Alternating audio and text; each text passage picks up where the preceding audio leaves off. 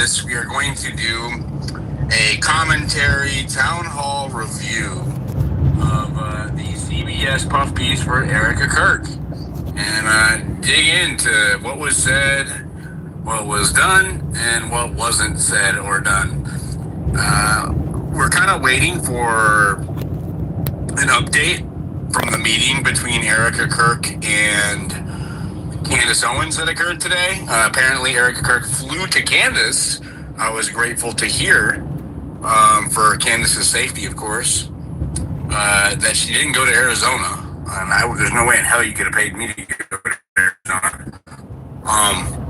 So, bottom right corner, everybody, the repost the space thing is above the video. So it's not as easy to see as it would be normally. Go down to the comment section, please repost the space. Let's get as many people in here as possible. Let me throw these. Oh shit. Well, throw these in the chat, will you? Noxie, I can't do it from here. All right, Noxie, can you hear me? Give me a thumbs up, everybody. Give me a 100 if you can hear me, if you can see the video okay. Let me know if everything's working okay. Noxie, we good? Yeah, I can hear you great. What would you like me to throw in the chat?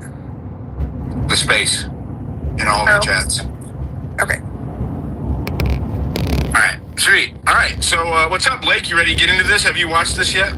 Oh, yeah, I've watched it. Looking forward to the discussion, and I'm starting to get a little nervous about Candace. We need a proof of life, girl, if you're listening. I think she's... I don't think... I think she's probably okay. I know she's fine. Yeah, I think she's okay. All right, let's get into this. Here we go. Just let me know if the sound's working okay. Breaking news out of Utah Valley University. There's an emergency response there, flooded by law enforcement. The conservative activist Charlie Kirk has died after being shot during an event. The latest horrible example of what appears to be a rising tide of political violence. In the past year, we've seen assassinations and assassination attempts against a Republican presidential candidate, Democratic legislators, and a conservative activist. One moment, Charlie was doing what he loved. That's a different question. Arguing and debating on campus. Fighting for the cause. A country where many people feel that... And I want to thank you so much for joining us tonight. Let me tell you why we're here. If you're watching this or you're sitting here in this room with me, you know what I know, which is that we live in a very divided country. A country where many people feel that they can't speak across the political divide. Sometimes they feel they can't even speak across their own kitchen table. And one of the goals of the new CBS News is to change that. And this town hall is just the beginning. Good morning, everybody. Please hit the like button. Oh, Lord. It's going to do that when I pause it. Oh, fuck. Alright, 7:36 in. I won't pause it.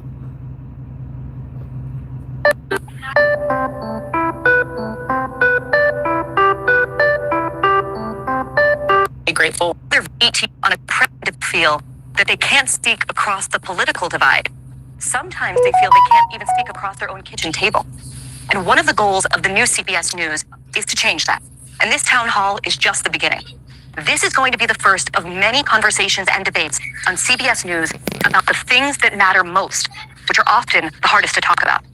I can make one promise to you, and it's this. You will not agree with everything you hear tonight or in any of these other broadcasts. And that is exactly the point. Because the premise of a democracy is that we persuade each other with words. We're not a democracy. And that the only way to get to the truth is by talking to one another. And that brings me right to tonight's guest, Erika Kirk. 3 months ago, Erika Kirk's husband, Charlie, was assassinated on a college campus in Utah.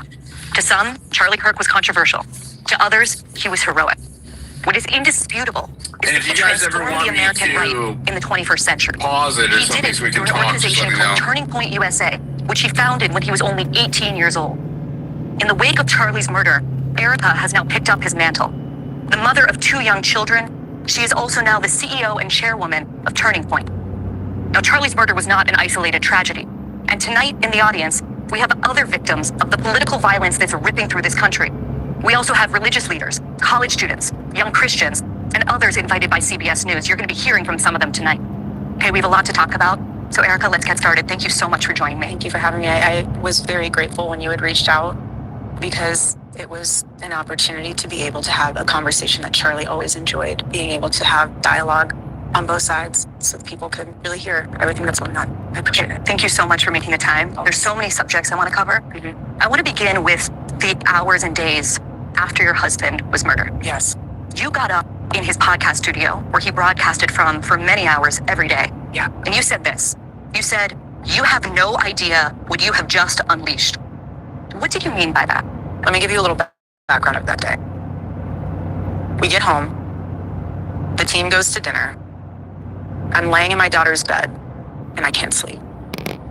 It took me months to even walk into my bedroom. I'm laying in my daughter's bed. I can't sleep. I grab my phone and I start typing out it. And those were my words. That morning, the team reached out to me and said, they think they got the guy. You should probably say thank you to the authorities and just make a statement. I said, okay. I wasn't afraid. They said, let's go to the office and let's discuss.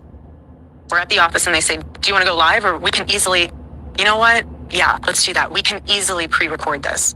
I said, absolutely not. My husband always went live. I have nothing to hide. We're fully transparent. What you see is what you get. If I start breaking down on live TV, I break down on live TV. My husband was assassinated. He didn't die in a car accident. So we go live. I write all of my own speeches. And when I said that, that is the Holy Spirit that is unleashed. That is a revival that's unleashed. That's not meant for call to violence. That's meant for people to understand that the Lord is moving in ways we have no idea. And God is going to use something so tragic to wake people up to realize that our life is short. He only lived 31 years. 31 years. And so, yes, you have no idea what has been unleashed. But I will promise until my last breath that I will let the Lord use me in ways that he only can to bring glory to him and to the kingdom. And it has been unbelievably powerful. And it's just the beginning. Notice she doesn't say the name Jesus very often. Things about Charlie's murder was the way that some people in this country reacted to it. Yeah. And not just online. This was an idea that you encountered a lot. And the idea was this. They kind of justified it. They basically said that because Charlie said or believed things that they believed were controversial or even hateful, that he somehow had it coming. What do you say to people who justified his death? You're sick. He's a human being. You think he deserved that? Tell that to my 3-year-old daughter.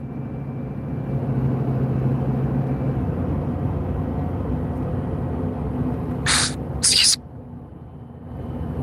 You want to watch in high res a video of my husband being murdered and laugh and say he deserves it? There's something very sick in your soul, and I pray that God saves you. I pray, because that is what is so wrong. The internet in this world has dehumanized us. My husband did something very simple. He talked to people. You're going to be murdered for talking to people. He didn't go after people. He went after your ideas. And if you think it's okay to murder someone because he... Blake, you got something? What's up? One thing that just really just kind of irks me about that is how, to me, she's grouping in everyone calling for more video as some people, or grouping us all that we're the ones that are somehow going to use it to, be the mockery or make fun of it. And that's not even the case at all, right? I mean, it's literally like she's using that as an argument against releasing the video, because she's saying that people, like everyone that's wanting that high res video, like they're not going to have good intentions behind it. I didn't even realize that's what she was doing. She's making an argument to not release the SD card footage. 100%, bro.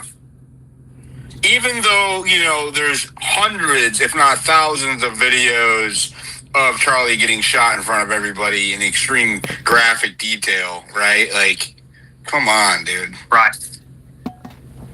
Yeah, go ahead, Lauren.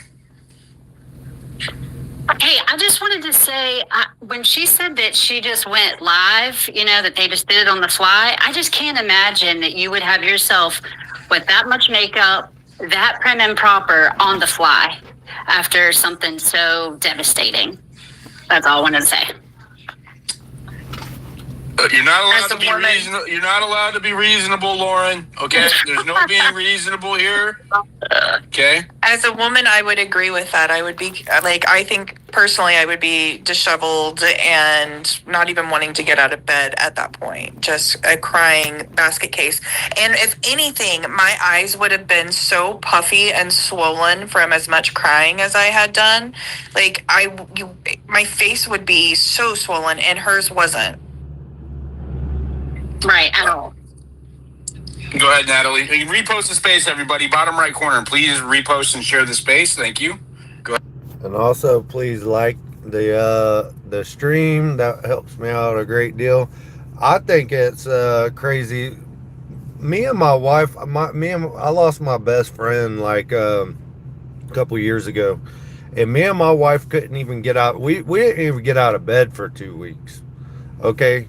That was my best friend, and she was hurting so bad that I was hurting that she couldn't function. I mean, she was friends with him too, but that was not even her husband. We couldn't even function, dude. Like, I just don't understand. I mean, this was like a day or two later or whatever. I wasn't even real to the world after losing my best friend for that. Like, it took me like a couple weeks just to get out of bed and go to the grocery store. Go ahead. Yeah, I reposted it for you. Question: does anyone think that she's got an earpiece in? Because sometimes presenters look like they're listening while they're talking at Good morning, Canada. the same time. There's no way to know that. No. Anyone think she might have at all? Well, the thing is, you can definitely tell as Diligent works his way through this video or this town hall that she decided to be the CEO of Turning Point University. Okay, so that's a public-facing role.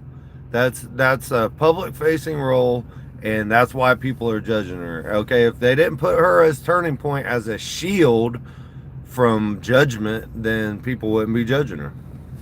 it was extremely scripted. People pausing, and then like Barry would go and be like, "Oh, don't you have a follow-up?" when she was talking to, like, knowing that there was a follow-up question coming. Like this was beyond scripted, this entire thing here. So I would have no doubt possibly that there's something there, or like screens, but we'll never know that. Was it actually live? I don't believe so. I don't know. No, it wasn't live, because remember they were releasing clips of it all week. Yeah. Right, exactly. Well, that's what I'm saying. And so they were like possibly like redo. I saw somebody had said that they were redoing questions, and if she didn't get it right, then they would stop and redo it. And Candace hit on that. Candace hinted at that on one of her shows towards the end of last week, that she had someone in the audience that had emailed and was basically like, there were many takes, is essentially what Candace said. All right, let's get back into it. You think they had it coming for them because they took the time to have people come to the front of the line if they didn't agree with you? And you think it's okay because you don't like what they say or how they say it, that they should be murdered, and you're enjoying it and you're rejoicing in that? That is evil. Evil. Excuse me. The one time she didn't have her hanky. Because I know. One of the ideas that has gained a lot of traction among young people, especially in this country, Erika, is, and this leads them to this kind of justification, is the idea that words themselves are violence. And That brings us tonight to our first audience question. It comes from Them Angel eyes, Eduardo. bro. Angel is a senior writer and editor for the civil libertarian group, the Foundation for Individual Rights and Expression, or FIRE, and he writes passionately about issues of free speech. Angel. Thank you, Perry. Excuse me. Erika, my condolences. A recent survey that we took after Charlie's assassination found that 90% of undergraduates believe to some extent that words can be violence. Another FIRE survey that we took earlier also found that 1/3 of surveyed students believe that using violence to stop disfavored speech can be acceptable, at least in rare cases. What's your response to those numbers? And what would you say to those students in particular? Well, for the people who say that my husband might have incited violence, I know that was not your question, but I'm going to put a squash on it before anyone else can attach to that. I'm going to go ahead My and husband answer never a question incited you didn't violence. ask. He never once said, go after them because they're saying XYZ and they deserve to die. My husband never once said that, and he never would. What did he say? Come to the front of the line. I'll put my mic down. Tell me why you believe that. That's interesting. I never thought of that. But have you thought of this? People heckling, laughing at them. Stop. It took a lot of courage for them to come up here. Stop doing that. He gave them a microphone. He didn't take away a moment for them to speak back. He gave them a microphone. And what they do, they gave him a bullet in the neck. Totally different. Doubt it. But you have secular revolutionaries that want to come out and say, you can't say that, I'm going to stop you from saying it, I'm going to... Why? You don't have a conversation. Something as simple as a conversation. And this is what is so fascinating to me. My husband knew that something as simple as having a conversation could change the world. So simple. That is an ancient thing. Come and sit down and have coffee with me. Why do you believe what you believe? 80s and 90s, they were doing this in Congress, then going to have a Subway afterwards. Why don't we do that anymore? Instead, it's violence. Usually one-sided. I'm not going to go there. Hey, Diligent, what does she mean by a secular revolutionary? Is she talking about anyone that's a dissenter against kind of Charlie's message? Is that what she's calling a secular revolutionary? I've never really heard that term be used before. Me either. It blew. I just. It is. I want to say that pretty much what she's saying like is an atheist revolutionary, right? Or a Hey, we got over 100 people in here. Can I get you to hit the like button and subscribe, pretty please? That'd be awesome. Thank you. a woke, like a woke revolutionary, somebody who. Yeah, it makes sense. I've never heard the anti-Christian or anti-religious. It's like an anti-religious revolutionary, Marxist probably. Yeah, I guess what she was getting at. Yep. Google says definition, a secular revolution means a fundamental, often rapid shift where religious authority and influence decline in public life, leading to a separation of church and state and the rise of reason, science, and secular non-religious Delaware, what's up, Delaware? Florida here. government. Can't have that, can we? Yeah, and that goes to show you right there, this was a she had that talking point ready to go. I've never seen her that just doesn't. I haven't seen Bride of Chucky yet, but my listeners keep telling me that I need to watch Bride of Chucky, given her face. Indeed. The eyes. I'm not saying anything here. That just in the comment section, I am looking. You guys says I can't. Well, somebody said Bride of Chucky, and now I can't unsee it. I'm gonna have to watch Bride of Chucky. I've watched the child play movies, but I have never seen that one. So I'm gonna have to force myself to do it one of these nights before I go to bed. But them eyes, bro, them eyes. Oof. She just kind of has like this, and I don't know her, right? But she just kind of has like this dark presence. You know what I mean? Like, am I the only one? Like, I'm not trying to be hyperbolic here. Bro, you are on something that, like, I literally ask myself, is this a woman that I would just approach, like, if I was in college or something, like, and no, I do not, like, I think one conversation and you just are kind of like, eesh, like, I don't know, like, there's just something amiss, and maybe it is the eyeliner. I don't know. Maybe if she were to lay off of it, but honestly, I think the eyes do the same thing without eyeliner on. And the shape of I wonder if she's going for that. You know what I mean? It's almost like, are you going for that? Because she's a model. You know what I mean? Study. Yeah, surely they know.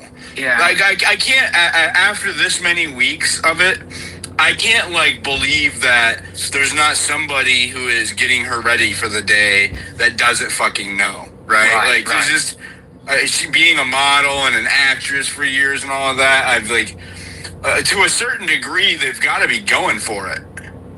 Right, and you're practicing this. You're talking in front of a mirror. It's hard to be like, oh yeah, that's it. Go. That's the look we're going for. Let's roll. It's hard to believe that, man. Go ahead, Nicholas, and then Jeanette. Yeah, I was just gonna say the real thing that seemed like the trick to me here was that in answering his question. These are X spaces, and I'm streaming from my phone. You can go on x.com and go to Denizon's profile and listen to it from whatever high quality sound device that you got. But I'm just trying to, people don't know about these X spaces, so I'm just trying to, share things with y'all. But I don't have no high quality setup. I make no money off of this. It's just, me on my phone on my way to work right now. And she actually kind of granted the premise because his question was whether or not words can ever be violence. The thing she jumped to was, well, my husband's words weren't violent, right? Which is granting the premise that words can be violence. Wait, what was that last part? I just said she was granting his premise that words can be violent. Kind of. And the clip I saw later, they really kind of allude to that. You said what said this? She is and you guys, I am paying attention to the comment section. It's easier if you tag me, so it gets in my noties. It says, she is a pageant girl. She has been trained very well. I coached pageant girls for many years, but not to that level. So I think that they're very aware of the imaging that's going on here, unless she's just a bad actor. Jeanette, go ahead. Hi guys. So I saw some videos, people talk about how it's not like her behaviors are not congruent. We call it in like there was someone actually used the word congruent and it's incongruent. Her behaviors and her words. And I was just curious to share, like maybe, I'm just saying maybe that she's actually experiencing what we call ambivalent grief. Like it's grief and relief, meaning loving Charlie while kind of unconsciously feeling relief. I mean, they were a couple after all, and everyone has their problems, and no relationship is immune to private struggles, and no matter how happy they appear from outside. And today, during an ad on Charlie Kirk's show, the daily 9 a.m. show, I heard Charlie, from the obviously past videos, I heard him say, people should have kids very, very young, and 6 kids will be good. And so, like, to me, it was like, oh, so he wanted 6 kids, and then we learned that Erika had a miscarriage. I don't know. Like, I'm just saying, now I feel like I sound like a conspiracy. Like, a lot of unusual behaviors could be questionable, but that doesn't mean they are involved or hiding something. It could just be that they're, unusual behaviors. Or just, so you think that climbing on a bloody chair minutes after your best friend's shot is no, I was just talking about Erika. Behavior, climbing on a bloody chair to take down a camera. That was very awful. How about inviting cameras to come watch you grieve over your husband's casket with his fake looking hands? That was the most cringy shit I've ever seen in my life. Could you imagine a widow? Bitch, if I would knock somebody out at a funeral for busting out a camera and doing that. Like, what in the hell? What's up, PC Prater? Brixer? I can't read those names like Baron can. What's up, guys? Very, very weird on you. Yeah. Okay, cool. I'm glad I'm not. So that's not a stage of grief, right? No. I was just talking about Erika, yeah. Are you a daily listener to the Charlie Kirk show, ma'am? Yes. What do you think about she comes up in my spaces. Oh, she does? And it's okay. Yeah. Gotcha, She's very gotcha. pro TPUSA. Let's go to Catherine. Go ahead, and then we'll go to Nicholas, and then I want to get back to it. Yeah, I was just going to say, watching this video, I would just encourage people to watch how the eyes and the mouth, like when you make different facial. Do we have to watch the eyes? Well, when you look, when she. How much sage do you think that Candace Owens bought for her house after the visit today? How much? Do you think I don't know, but when she gets the crazy eyes, look at the mouth, because usually when you are in different phases of expressions like disbelief or anger, your mouth makes expressions, and deceit comes out when the mouth expressions don't match what the eyes are doing. And I agree that there's some, like her, she's probably had some Botox or something because of the forehead and all that, but what I notice the most is that her mouth and her eyes don't match, and that's what adds to the crazy eye. Oh, we have a Lie to Me expert right here. What was that dude's name from Lie to Me? Somebody knows in the chat. Damn, freaking little attitude dude. Look, I just wanted to put that. Oh, so it could be Botox and. It's absolutely Botox. But the mouth part isn't. The mouth part is ladies, do you see what the problem is here? Okay, when people are trying to think you're being genuine, and I enjoyed the show. I was trying to think of that dude's name. That person that came up on the space that was talking sounded like what's his name? Val or man, I can't. Cal. Aha! I got it before chat did. You got so much Botox, it looks like you are Cruella de Vil. It might be something you want to think about for your next injection, I'm just saying. Well, she can't make the expressions with her eyes, so she has to do that, like, turn down thing and, like, glare where she's, like, squints her eyes because she can't move her forehead. And so in order to get any type of reaction, whatever, it's completely overdone because her face is stiff. But the mouth also does not match. Right, the mouth doesn't match because the mouth is able to move. So yeah, but I always notice with her mouth too, you can see like where it looks like she's starting to like grin underneath. It's really weird. Yes. I actually took a screenshot of that and put it into AI, and it like said anger and something else I can't remember. But yeah, you can see that grin with the crazy eyes. And I'm not trying to be mean to her. Just want to say that. Yeah, I'm not trying to be mean. Neither am I. Hey, if saying she got crazy looking eyes is mean, right? Then I'm a mean motherfucker because she got some crazy looking eyes. If you can't see crazy eyes on that, I mean, I don't know what to tell you, bro.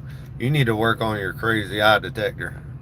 But it's just. I was trying to dissect why. If you go on a publicity tour, though, you open yourself up to analysis. I'll just say 100%. Yep. Let's go to. I open myself up to critique from y'all chat all the time when I go on here. So y'all talk crap about me and my slow, retarded sounding ass all the time. So here we go. Nicholas, go ahead.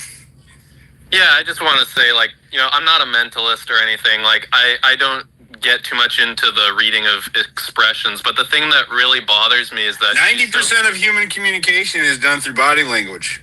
Yeah, that's true. But the thing I was going to say is what bothers me the most is that she's doing things that are directly contrary to what everybody knows Charlie would have wanted from her.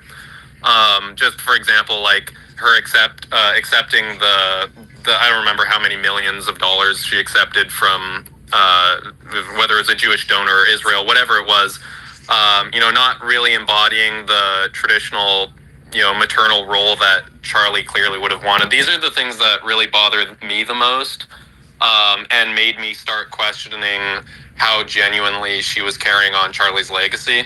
I think the facial things are weird too, and they just kind of, enhance the whole situation and enhance my suspicion. But I just wanted to say that I think that there's things even less speculative than what her facial expressions mean.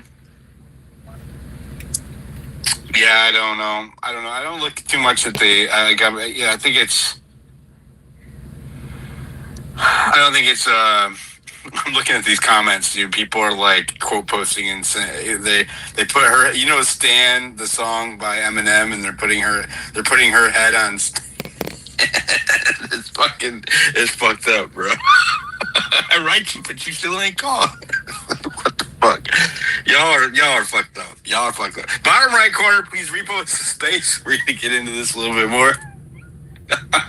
But you know what's so interesting about my husband's book? The last book he will ever write. It could have been about politics. Instantly. It could have been about the book promotion. football. It could have been about anything. He was multidimensional. It literally says, stop in the name of God. Stop. Stop the violence. Stop the hate. But not Have Jesus, a conversation. apparently. Stop. And what he knew in that book was not just so much stop that, take a minute to get off of your phone and realize that we are all human. Operating on this broken planet, all sinful, no one's perfect, and we're not getting out of here alive. But what he knew in that book was the balancing factor of communication. You cannot communicate with someone if you're not at peace with yourself. So he went on campus talking to a kid. They're screaming at him. Screaming. Does he scream back? Not once. He sits there. And you know what he's thinking? It's in that book. Maybe you need to take a few hours. Get off your phone. Go for a walk in nature. Go sit and have a coffee. Go and tell your mother you love her. Go do something that is beautiful and healing instead of trying to tear something down that you did not build. That's my Stop topic. investigating Turning Point. We're going to talk about Quit the book in a looking little at bit, us. but I want to pick up on a theme that you've now hit on twice, which is the idea that the black squares that we all have in our pocket, our phones, Yes. that they are doing something to us collectively, that they are dehumanizing us. Later, we'll talk about the conspiracies that are spreading right now on those platforms about who killed your husband. What do you recommend to people sitting in this room? What are your practices to disconnect, to reconnect by disconnecting? Well, like my husband, I took all of it off my phone. All social media off your phone. I don't have it on my phone. I have a team that helps run it. That's unfair. Really, everyone has an opinion about me. I could care less. You know what I care about? I care about what my daughter says about me and her running up into my arms and loving on me. That's what I care about. One of the things that has Candace happened Owens, over the 3 months since Charlie was murdered is that people have gone through the thousands, maybe tens of thousands of hours of words he produced. He said more in 31 years than most people will say in a lifetime. And I want to read a few that have captured the most attention, especially on the political left, okay? Yeah. Some gun deaths were, quote, unfortunately worth it to preserve the Second Amendment, he said. Acknowledging that he wishes he didn't feel this way, he said, I'm sorry, if I see a black pilot, I'm going to be like, boy, I hope he's qualified. He said the Civil Rights Act of 1964 was a mistake. Now, I realize that all of those quotes come from longer conversations that he had on his show. Correct. But he did say those things. And Charlie is being memorialized by many people as a person who promoted civil discourse, as a person who said, come to the front of the line, let's have a civil conversation. How do you square that with the statements I just read? I would love for everyone to be able to watch the full and entire clip of what he said. Charlie didn't care what skin color you were. He didn't care what religion you were. He loved excellence. He loved knowing that people, his favorite word was earn. He loved knowing that people worked hard to earn what they got. He worked so hard to build Turning Point USA. The first statement you meant about guns and shooting, I have no idea the context of that, and I have no idea that whole, there's a lot more there than just that one little sentence. My husband is not to be deteriorated to 2 sentences. He's not. He is a thought leader, and he was brilliant of a man. So that's fine if you want to take words out of his mouth or out of context without the whole thing in perspective. But that's the problem. Who's doing that exactly? Does it bother you that people are picking out those statements and drawing an entire picture of who he was? Again, that's the problem. You're not having a conversation. You're having a 15-second clip on the internet to define your thought of who someone is Those kids instead of look taking the paid to time be there and to bored. educate yourself on truly who that person is, what they thought. Because why? They challenged you to think a little different? Again, my husband was an amazing man. We're human. But I do not once, for 1 second, Why you have to tell me you're human? think he was anything else than exceptional. Erika, as you know, the last person that Charlie ever spoke to was a Utah Valley student named Hunter Kozak. He was asking Charlie a question that day when he was shot, and he's here tonight, and he wants to ask you a question. Hi there. Erika, I want to tell you how much I appreciate your calls for peace and unity, and I'm likewise horrified by the people in my so-called camp who were cheering about Charlie's murder. I believe Is that the kid that was talking to him when he got shot? Am I wrong? That's the last person. What He's the the signal fuck, man. He's the dude? signal How man.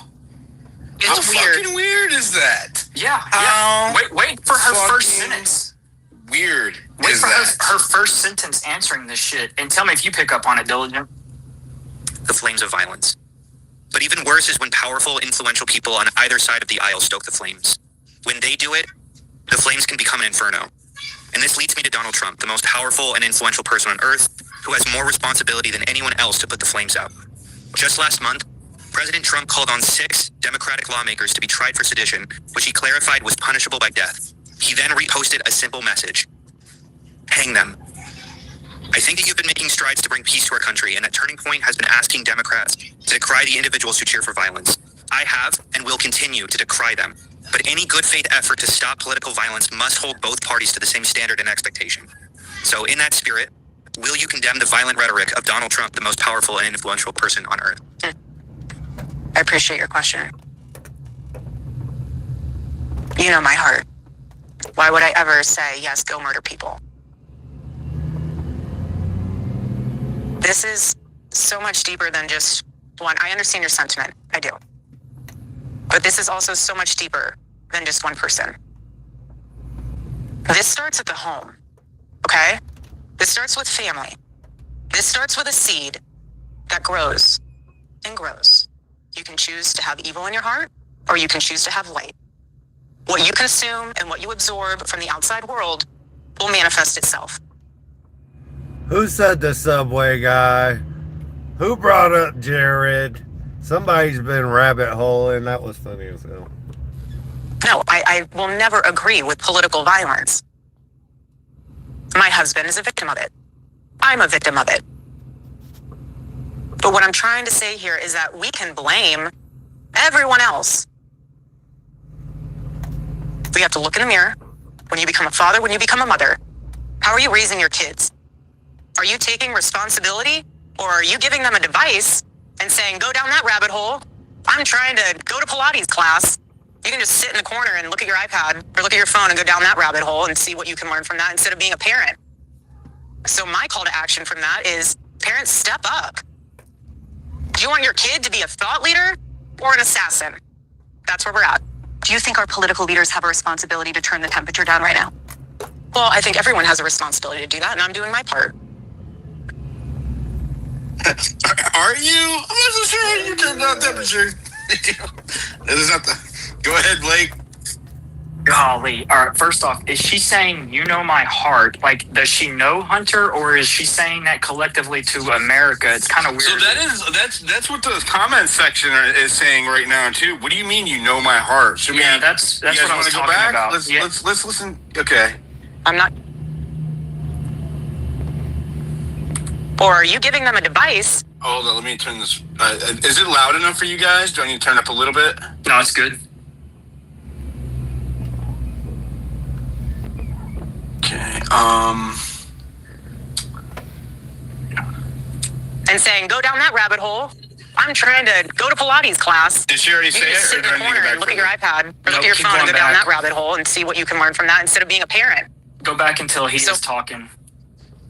She answers it like literally the second sentence. So in that spirit, will you condemn the violent rhetoric of Donald Trump, the most powerful and influential person on earth? I appreciate your question. You know my heart. Why would I ever say, yes, go murder people? That's personal. Yeah, she did say that. That's personal. This that is a personal, so much deeper than just even a one. personal I understand your pause. sentiment. I do. She paused. But this is also so much deeper than just one person. This starts at the home, Okay? This starts with family. She did that weird almost This starts smile with a thing. seed I saw it that time that grows too, you guys. I did see and it. grows. You can choose to have evil in your heart, Like or she you was can trying choose to to have decide light. which expression What you she should consume and what you use absorb from the before outside she world spoke. I saw will it. manifest itself. I saw it. No, I go I back, will never Jeanette, agree I'm with telling political Come on, hit the like button, y'all. We're trying to do this right. Let's try to get a bunch of people in here, please. violence. My husband is a victim of it. Repost I'm a his face, victim of everybody. it. Bottom right corner. But what I'm trying to say here is that we can blame everyone else. We have to look in the mirror. When you become a father, when you become a mother, how are you raising your kids? Are you taking responsibility, or are you giving them a device and saying, go down that rabbit hole? I'm trying to go to Pilates class. You can just sit in the corner and look at your iPad, or look at your phone and go down that rabbit hole and see what you can learn from that instead of being a parent. Sasquatch hunter. So my call to action from that is parents, step up. Do you want your kid to be a thought leader or an assassin? That's where we're at. Do you think our political leaders have a responsibility to turn the temperature down right now? Well, I think everyone has a responsibility to do that, and I'm doing my part. What's Duper's delight? I'm not in People control of keep other saying people. that. What's Duper's delight? Okay. Ahead, a father whose daughter was murdered in cold blood because of who she was. He's here. Also, political violence and the conspiracy theories surround. She is so fucking. This chick right here is so performative, dude. It is cringe. Super fucking performative. And you know what? If you guys don't know who Barry Weiss is, Barry Weiss. Okay, well, good point. Okay, but I would even say Barry Weiss is more obvious than the other one. The other one's like try hard, but this one's like just blatant. She gained her fame pretty much, or a lot of her fame, from Elon Musk and the Twitter files and Twitter 1.0. When Elon Musk bought Twitter, and they went through all of the files that exposed government collusion and the censorship of U.S. citizens through social media, Barry Weiss was a free speech champion who published a lot of the Twitter files alongside Matt Taibbi and a few other independent journalists. She's literally a free speech advocate. And now, here she is, advocating seemingly for the censorship of social media. Crazy. Surrounding Charlie Kirk's assassination. Stay with us.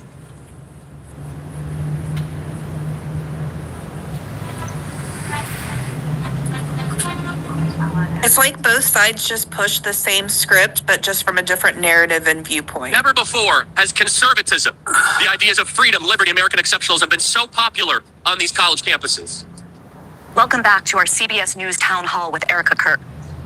Bob Milgram is the father of Sarah Milgram. Sarah was fatally shot last May outside the Capitol Jewish Museum in Washington, D.C., alongside Yaron Lashinsky, her boyfriend. Sarah was just 26 years old when she was killed. Bob, thank you so much for being here. Thank you, Barry. Hello, Erika. Just as our family could not anticipate the pain we've been going through following the murder of our daughter, Sarah, there is no way I can understand the pain that you and your children are going through as a result of Charlie's tragic death. Our daughter was killed because of anti-Semitism, hate against Jews, and hate against the Jewish homeland, Israel. We know about the growth of anti-Semitism on the left, including here in New York City, where the mayor-elect still will not condemn the phrase, globalize the avocado. What I want you to address. I agree. TPUSA is done. It'll be cut. Well, actually, it's not going to be done because they've gotten so much infusion of cash. They're going to get Zionist money as long as they keep shilling Zionist points. There's growing anti-Semitism on the right, including Holocaust denial, anti-Zionism, and the normalizing of centuries-old conspiracy theories about Jews. Will you here condemn the individuals spreading that hate and speak out clearly enough against anti-Semitism so we can prevent another tragedy? Yes, sir. First of all, I'm so sorry. You and I are a part of a very small club. Yeah, you Painful. are. But you're in good company, and I will pray for you. It sucks, doesn't it?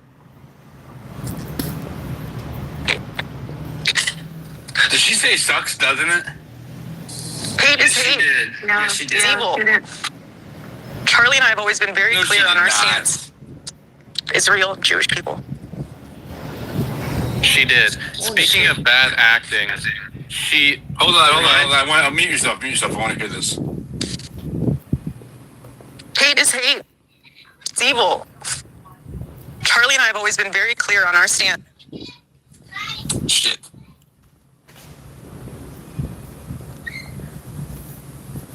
Anti-Semitism is what healing factor comes out of hating Jewish people?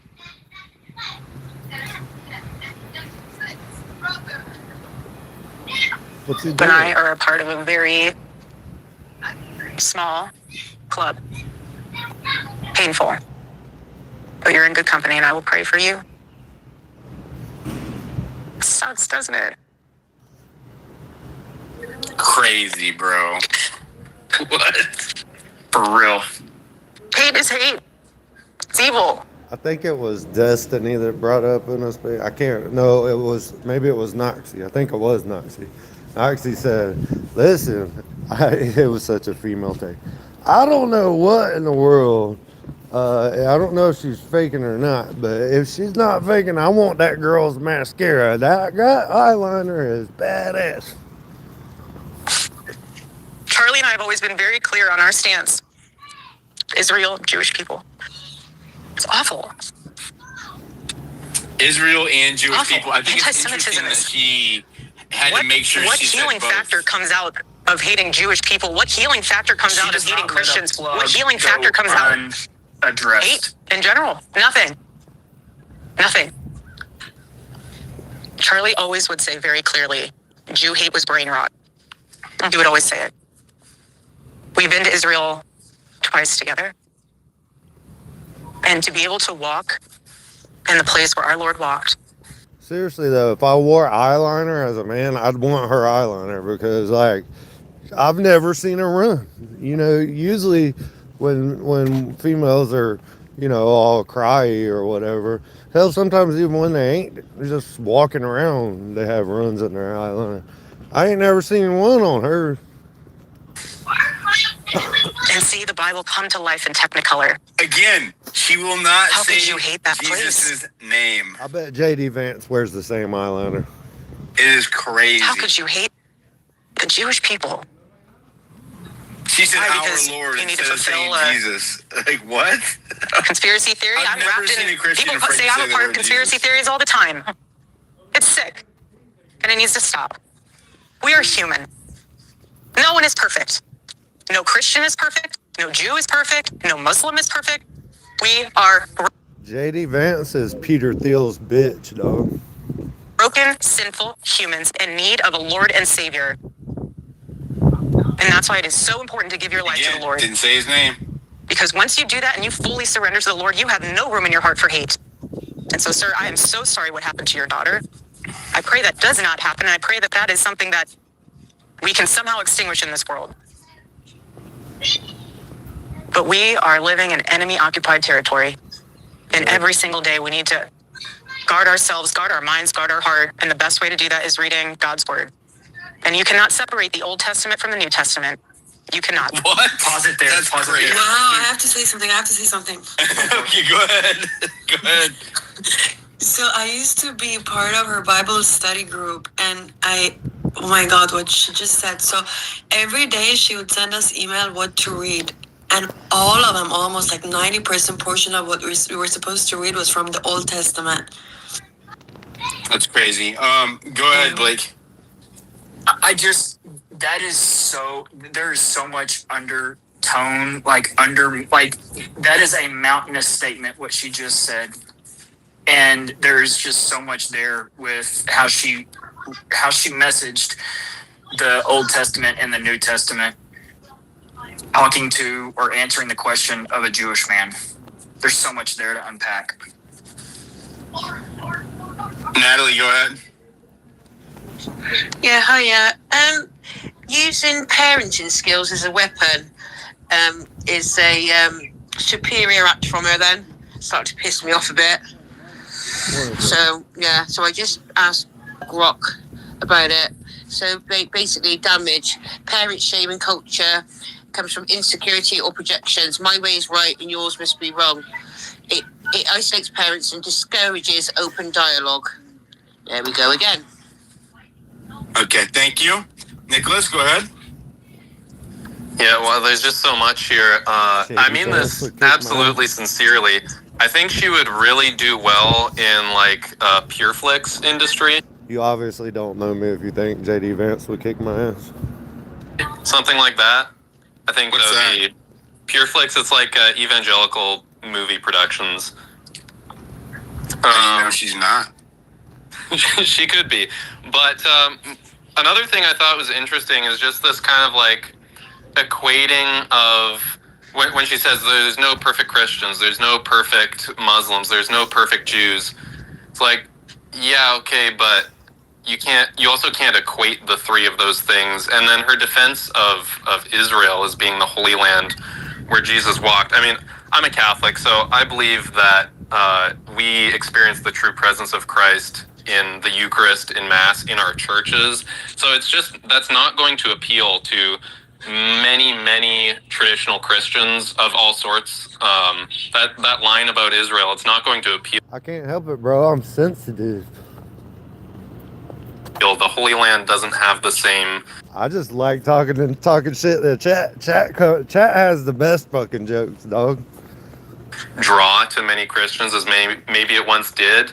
But a lot of us believe that we have the immediate presence of Christ every day in Mass. Couldn't start a lawnmower. What the fuck? Like, that's a test Well, of I'm manhood. gonna ask Rock something. That is.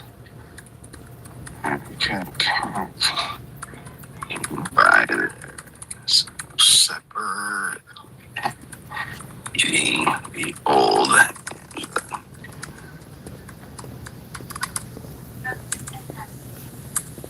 Who said starting While you're doing that lawnmower was diligent- a test of freaking manhood, bro? Come on, man. Well, I guess she's 12 now, but my daughter, when she was 8, could go out there and fire up the zero turn and, do the front yard. It's on now. I want you to. If you look at my channel, I got videos of her running my crane when she was 11, I think. So, yeah. Sorry, dog. Barking up the wrong tree. Pay attention to this transition. Hold on.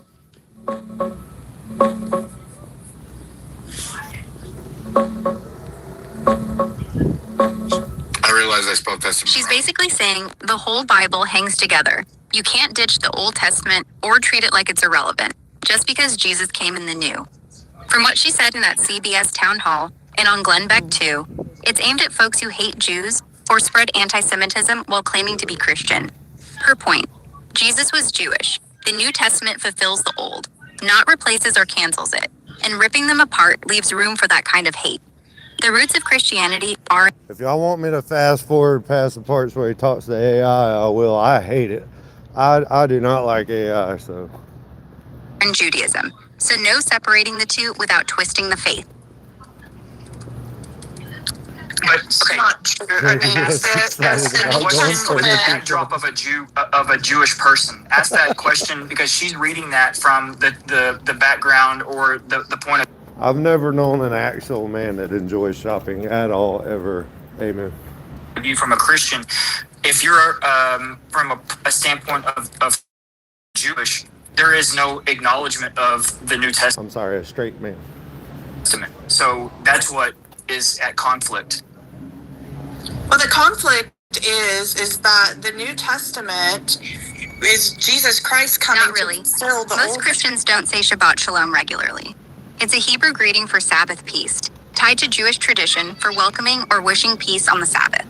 Some Christians, especially those in Messianic Judaism or who vibe with Hebrew roots movements, might use it. Otherwise, you'd hear Good Sabbath or just Happy Sunday, since Sunday's their main day. Depends on the crowd. Yeah, not very common at all. Can you ask Grok if Jews acknowledge the New Testament? Well, I mean, of course they do. I mean, they use the first 5 books of the the 5 books of the Old Testament. Right.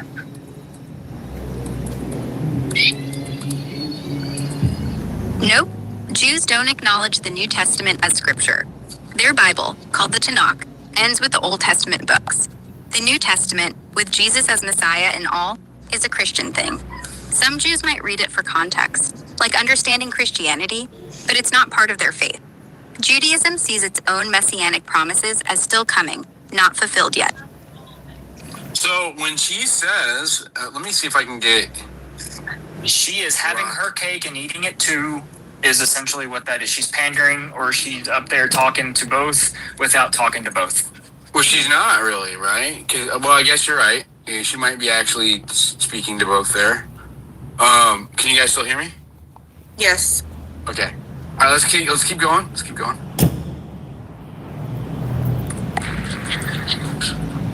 Do you want to ask a follow-up?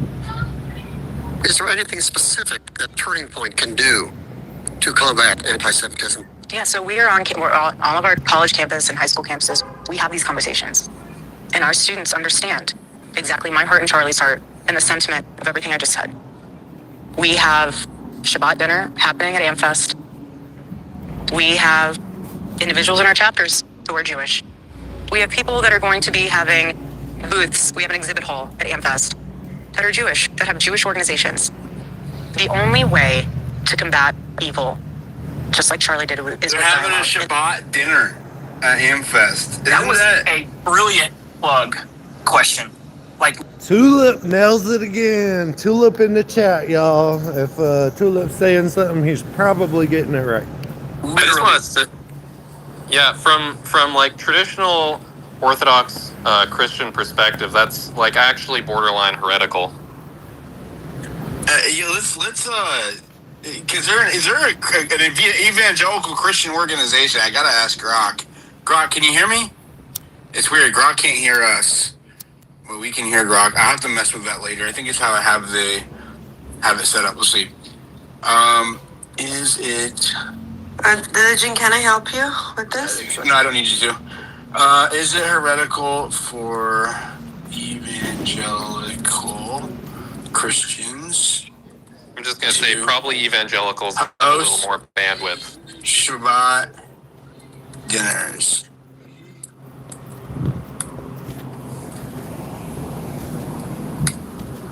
Not at all. It's not heretical. Evangelical Christians sometimes host Shabbat-style dinners to honor Jesus' Jewish roots, or just enjoy the ritual. Think candlelighting, blessings over wine and bread, maybe Hebrew prayers. Groups like Chosen People Ministries or Messianic Folks do this to bridge Old and New Testament vibes. No one's calling it heresy, unless someone's forcing it as salvation required, which isn't typical. It's more about cultural appreciation than doctrine busting. Not very common. Like, not super common across all evangelicals. Sorry, I'm not listening to fucking chat or Grok speak about spiritual things. I'm gonna pass forward this. He was leaving the pro-Israel. She's gonna be like, Diligent, you're setting me up for Grok's one hell of an answer. It is a little woke on this. I did it earlier in private. It is, watch. Can I contribute a couple of quotes No, you can from mute the yourself, early bro. church Quit doing fathers? that. Hold on. Don't talk over it. Oh my gosh, with the Grok. It just came out. Fuck Grok. I'm fast forwarding past Grok. Okay, there we go. Let's see what it says. Right up to his death, he was defending Israel's right to exist, pushing better PR for them, and calling himself pained by slip and flops, and more horrific. No, it does, right? It does because. Well, you can be. Hold on. I'm trying. Yeah. Let me answer you, okay? Erika, just a few minutes ago, she conflated Israel and the Jews. She was asked to condemn anti-Semitism against Jewish people. In her response, she said, I will not condone or I condemn all hate against Israel, Jews and Israel. So she made the conflation. And so therefore, okay, so then there you go. There's the answer to your question. No, I'm saying the two. Yeah. Yes, they are. They are. I think they also do it purposefully, or whatever, how you say it. But talking to you, like sometimes when they talk about Charlie's views on the Sabbath, you attach it immediately to the pro-Israeli cause, whether he left it or not. It's not related to. I think it's not related. You can honor the Sabbath and hate Israel. This is what I'm saying. I agree. In general, I would, in a general, like if you're just speaking in general and out of context, I would 100% agree with you, except for she confirmed that there is a conflation, at least by her, and she's the CEO of TPUSA, between Jews and Israel, right? Like you heard it. Yeah. Okay. She does that. Personally, I don't like to do that. She's not the only one that does that. People with bad intentions do it. People with good intentions do it, or people with agendas do it as well, right? And that's the point: is that by like injecting it as a religious thing, right, and then conflating it with the state of Israel, you. Oh, it jacked up. 102. Crap. Sorry, guys.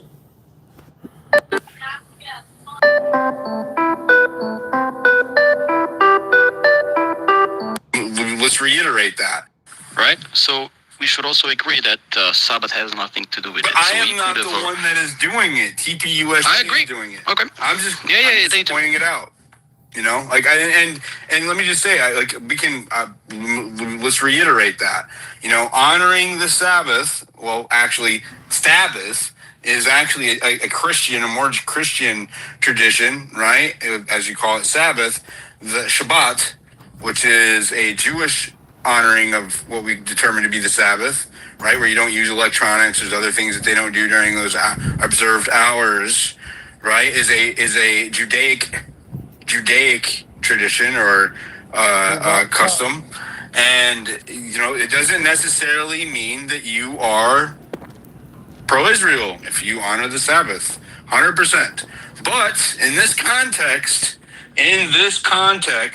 Hey, I just got to work. I got to go do a toolbox talk. I'm going to let this keep playing. Hopefully it doesn't jack up for you. They are conflating the two, and I would argue it's not by accident.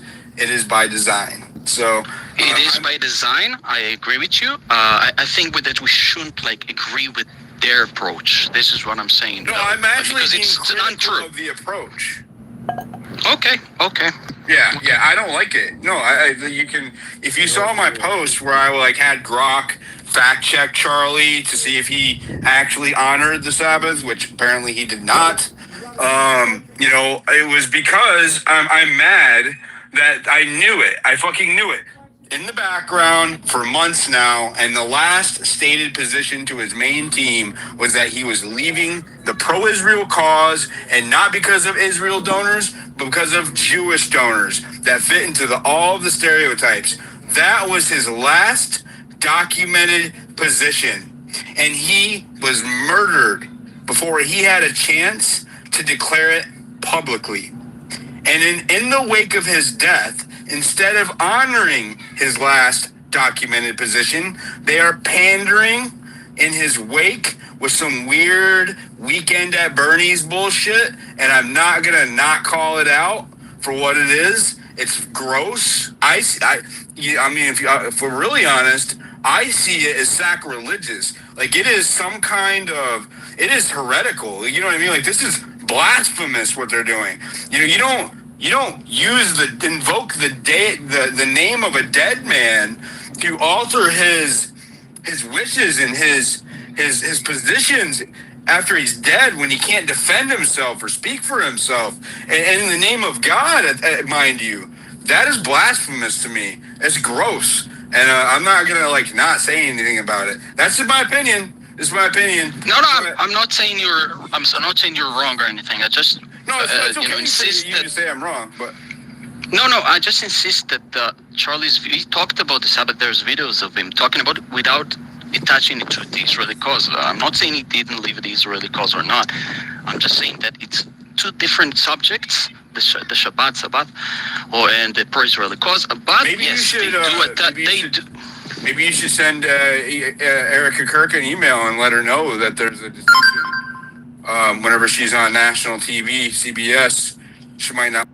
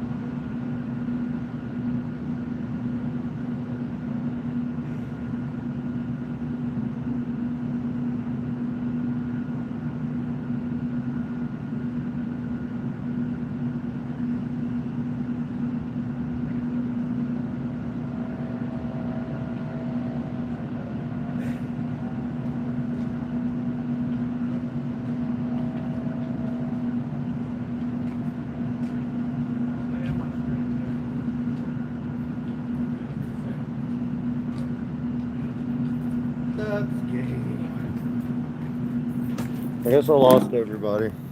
Son of a bitch. I'll start it up if y'all are still there. What are we at? 105, minute and 6, hour and 6.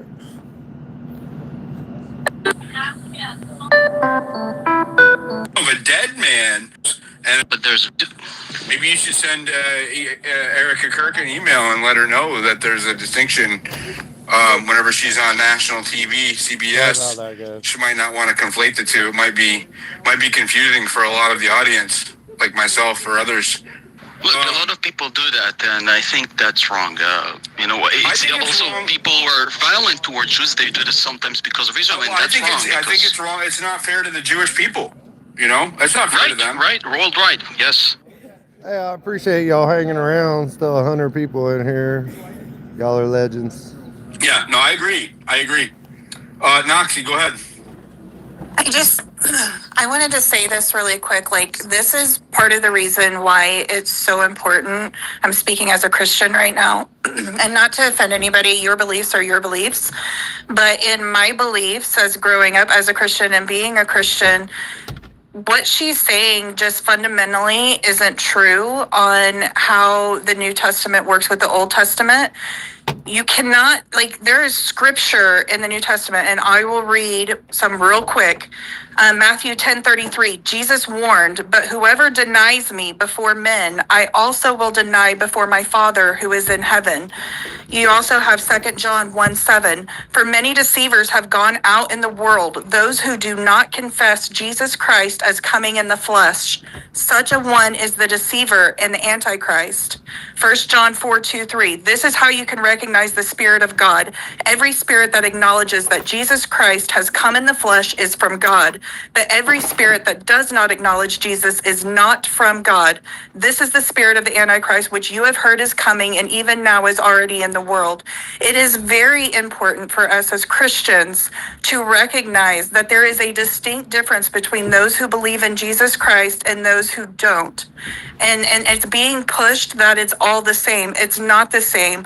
As a Christian, we know that the only way to get into heaven is through Jesus Christ. That is the way, the truth, and the light. And so the way that it is being manipulated, not just through this religious political organization, but also from the pulpit, it is horrifying to me to see this being done to Christians, because you're not just messing with people's minds, you're messing with their salvation. And that's the worst thing that you can do in my mind. Go ahead, Nicholas.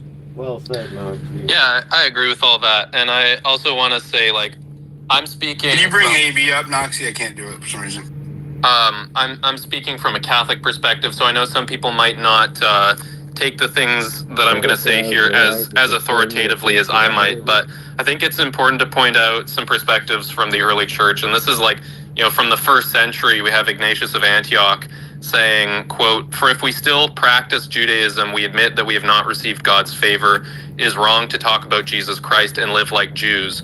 For Christianity did not embrace Judaism, but Judaism Christianity. So I think when it comes to whether or not Charlie Kirk was, practicing the Sabbath, it's more of a question of okay, those practices themselves might be, beneficial for individuals flourishing, but the thing is practicing them as Sabbath, as the Jewish ritual and the Jewish fasts and these sorts of things. That's where it becomes dangerous. And so I would really be curious to hear Charlie's own interpretation of why and how he lived out those practices, which I would imagine would be quite different from Erika's portrayal of them as being a participation in those elements of the Jewish faith.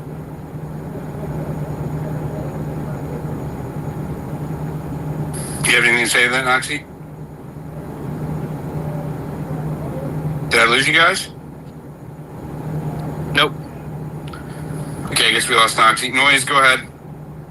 Yeah, if he did honor the Sabbath or not, I think if he did, he didn't do it in a Jewish way. He just took the day off, turn off the phone and stuff like that, read the New Testament.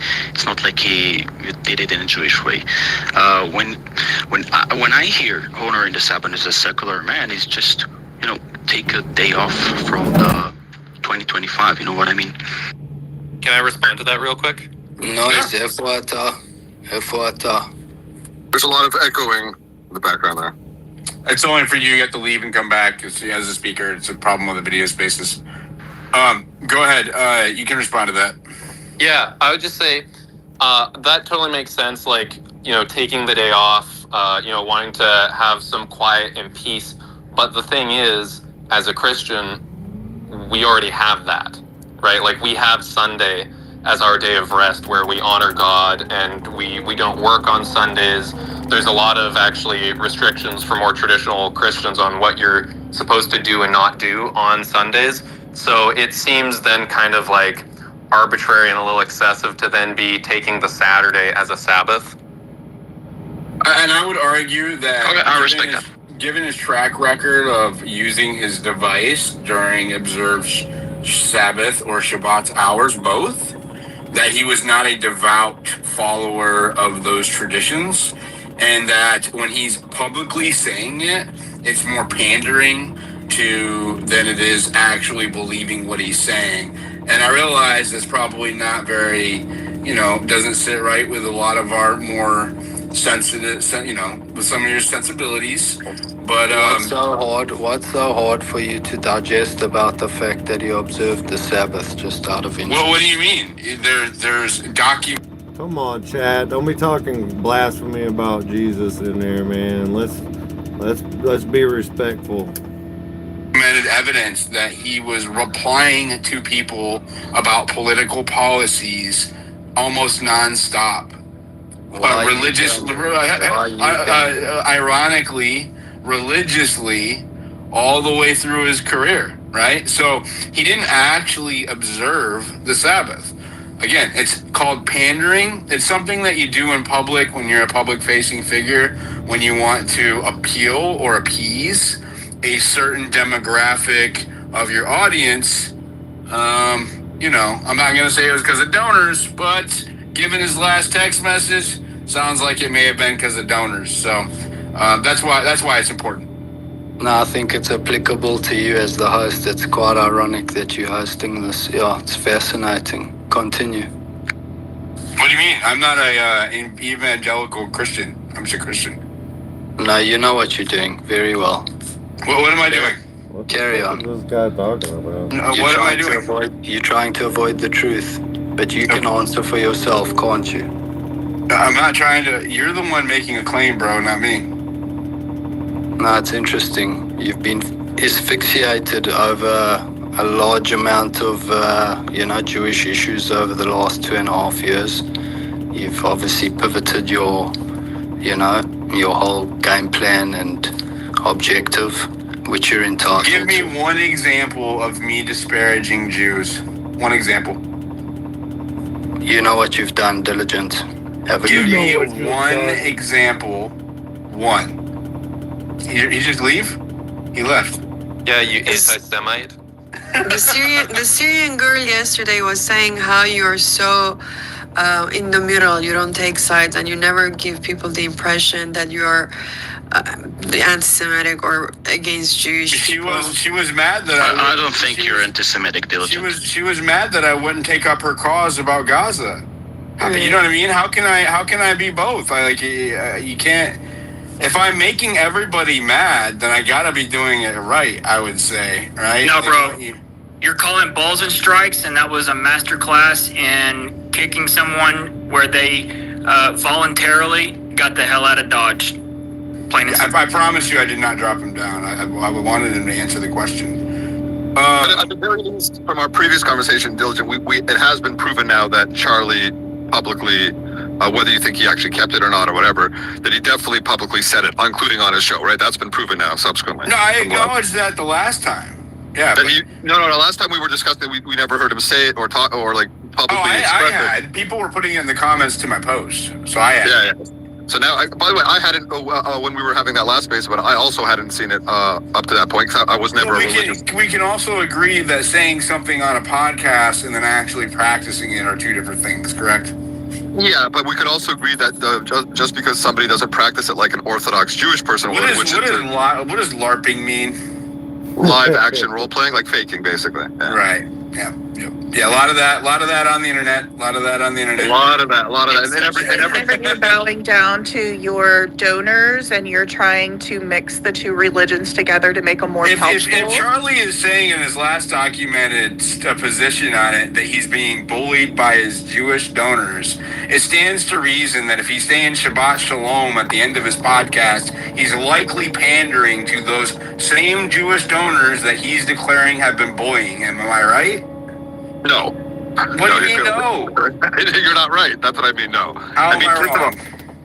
Two things. Like one of the other gentlemen. It looks like I stumbled across some HT followers in the chat. Is there fucking HT followers in here? Said number one, you're conflating Israel, Zionism, and Judaism, right? He has no documented positions, none, privately or publicly, where he's like, fuck them Jews. He mentioned both his pro-Israel position and the Jewish donors, okay? He mentioned them both. And then in this very show that we're watching now, when she was asked to condemn anti-Semitism, she mentioned the Jewish and Israel, right? Like, so they're conflating it, not me, right? Like, no, and you're also conflating it, right? So the point is, he had zero documented positions where he expressed antagonism towards Judaism, the religion, or Jewish That's not the people. same thing. But I never claimed that he was antagonist towards it, which is a no. Not only not antagonism, he has no documented positions in his entire life that I've seen, publicly or privately, where he expresses any theological, political, ideological, or other antagonism towards either the religion of Judaism or towards most Jewish people, ever, right? So even if he had that text that we've described ad nauseum, right? But see chat, see, I know, HT followers right there. What's your name? Thomas something Groot. I can't see it on my phone. Yep, HT. Y'all know he's gay, right? You follow? Echo, man. I also proved to you on the last space that I was on with you that on September 9th, in the same WhatsApp group, and then afterwards privately to Josh Hammer, that he's released screenshots. He's open about it, bro. He's open about it. He says he was degenerate when he was younger, but now he's different. I don't want to have this rehash this. That was a pre-committed obligation that he was fulfilling. But the words that he expressed were not a pre-committed obligation. You could have gone through with the meeting. The obligation was to practice those very words so when he was in a debate having to defend the position. There's no evidence that he had an obligation to do that, except that he felt maybe a moral obligation. The commitment is the word commitment implies obligation. What are you talking about? A commitment to have a meeting with somebody is not the same thing as a commitment of what. Baby, you're wanting to rehash that whole debate. I don't want to do it. No, but you keep on saying something that's flatly untrue. I just want to say I am not the only one. Okay, yeah. The only reason why there's a conflation happening. There's so much echoing going on. Sorry, okay, let me mute out. All right. The only reason why there's a conflation happening between Israel and Jews in this conversation is because a few minutes ago, that is exactly what Erika Kirk did. She conflated them with anti-Semitism. I mean, I think the audience, everyone could decide for themselves, and there's a lot of, psyops going on. Some people do have low IQ debates, man, but you got to talk to everybody, even the low IQ people. Low IQ people need love too, bro. Also conflated them when he said his Jewish donors were driving him to leave his pro-Israel cause. That's not me. That's Charlie Kirk. Right, and then the next day he said, "I can't wait for Gen Z won't know what hit them. Thanks for the arguments. These are amazing. I'm really excited to get on stage." Oh, Thomas with the burn. Call me low IQ. That is not a position that you hold. He's literally being handed talking points by his Jewish donors. Like, what do you mean? He didn't meet with his Jewish donors. He met with Josh Hammer and a rabbi. There's no his evidence. coaches, whatever. And you still don't know like what they actually discussed. You don't know what specifically those points were that he enjoyed. You don't know what the context was or what it was about. You're assuming. We do know because 2 of the 3 participants are alive and released evidence showing what they talked about. So we do know, and we also know based on the fact of what he actually released in the response that's been documented in the screenshots. Like, stop pretending you don't understand basic fucking English. Where is the? Don't be rude to my co-host. Where is the? Well, stop it. Stop being snowflake. Come on. Can you put those in the purple pill and tag me? Those text messages. Yeah, I'm gonna go look for them. But like, the point is the overwhelming, and I'll land with this because I see other hands. The overwhelming evidence, right? I guess you could say there's some evidence in both directions, but the overwhelming percentage of evidence where the weight on the evidence lies is that both Erika Kirk, who was born Catholic and she was a cradle Catholic and abandoned her Catholicism for, Protestantism, evangelical Christianity, whatever, and Charlie Kirk were overwhelmingly both, pro-Zionist, pro-Israel, and pro-Jewish people, and respected the religion itself. That's it. That's the evidence. And everyone is trying to tie themselves into fucking pretzels to try to avoid the obvious, to serve the retarded conspiracy theories that are ruling the land of Twitter. Thanks, AB. Let's go to Blake. Yeah, I was just going to say, 30 minutes ago, Erika's G5 took off, bound for undetermined. It's not running ADSB either right now, but it did take off at 4:45 Central. So just wanted to throw that out there. Yeah, spent about 4 hours there in town with Candace. Be interesting to find out how that shakes out. By the way, I think it was a mistake. I think it was a mistake for Erika to meet with Candace in private. I think it was a mistake for Candace. Erika, if Erika's flying to listen, if you are the person who has the leverage is the one who sets the terms, and you can see who flew to where, right? TPUSA is that's. When you've lost the argument, when you start name calling, like not saying true things, just name calling. Right now to get a hold of this PR disaster that they're in, and it is obvious, right, that they reached out and said, "Hey, let's have a talk, whatever." And Candace said, "I'm not coming to fucking Arizona, and I can meet virtually if you want to talk in person, or you can come here." And I mean, I'm just like, game theorying how the conversation went. I could be wrong, but if I had to guess, given that Erika flew there, I would say Erika said, "There's no fucking way in hell I'm coming to Turning Point," and there you have it. I just think that Erika's I'm obviously a little biased because I loathe Candace and everything that she stands for, but I just think Erika's objectively You're not more biased, no, right? No, I said I am biased. I am biased because I loathe Candace and everything she stands for. At this point, I'm biased, but I just think that I'm trying to be still objective about it. That Erika's just a much kinder, more gracious person, and she's like, she doesn't care about the ego trip of it all, and she's like, sure, if there's a chance to stop this defamation of me and the organization that my husband founded and loved and the one that I lead, then I'll do it, and I don't care about the ego like maybe a typical man would, or like Candace Owens would, she has very male energy in that regard. I don't care about who flies to who as long as I can get this to stop. Now, the reason I think it was a mistake, and I hope I'm wrong, I really hope I'm wrong, is that I don't think it will stop. I think what's going to happen is that maybe a few days, Candace will come and said like, "Oh, Erika said this in private, but she's now not keeping her word, and that's why I'm launching my new 32-part documentary on how the Israelis are responsible for Brigitte Macron's non-existent penis," or something like that, and say something insane again. But we'll see. Hopefully I'm wrong about that. E.B. Simpson. Did it cut him out when I went to the profile? That's gay. So I can't even click out of this without it cutting off. Okay. 1:23. An hour and 23 minutes.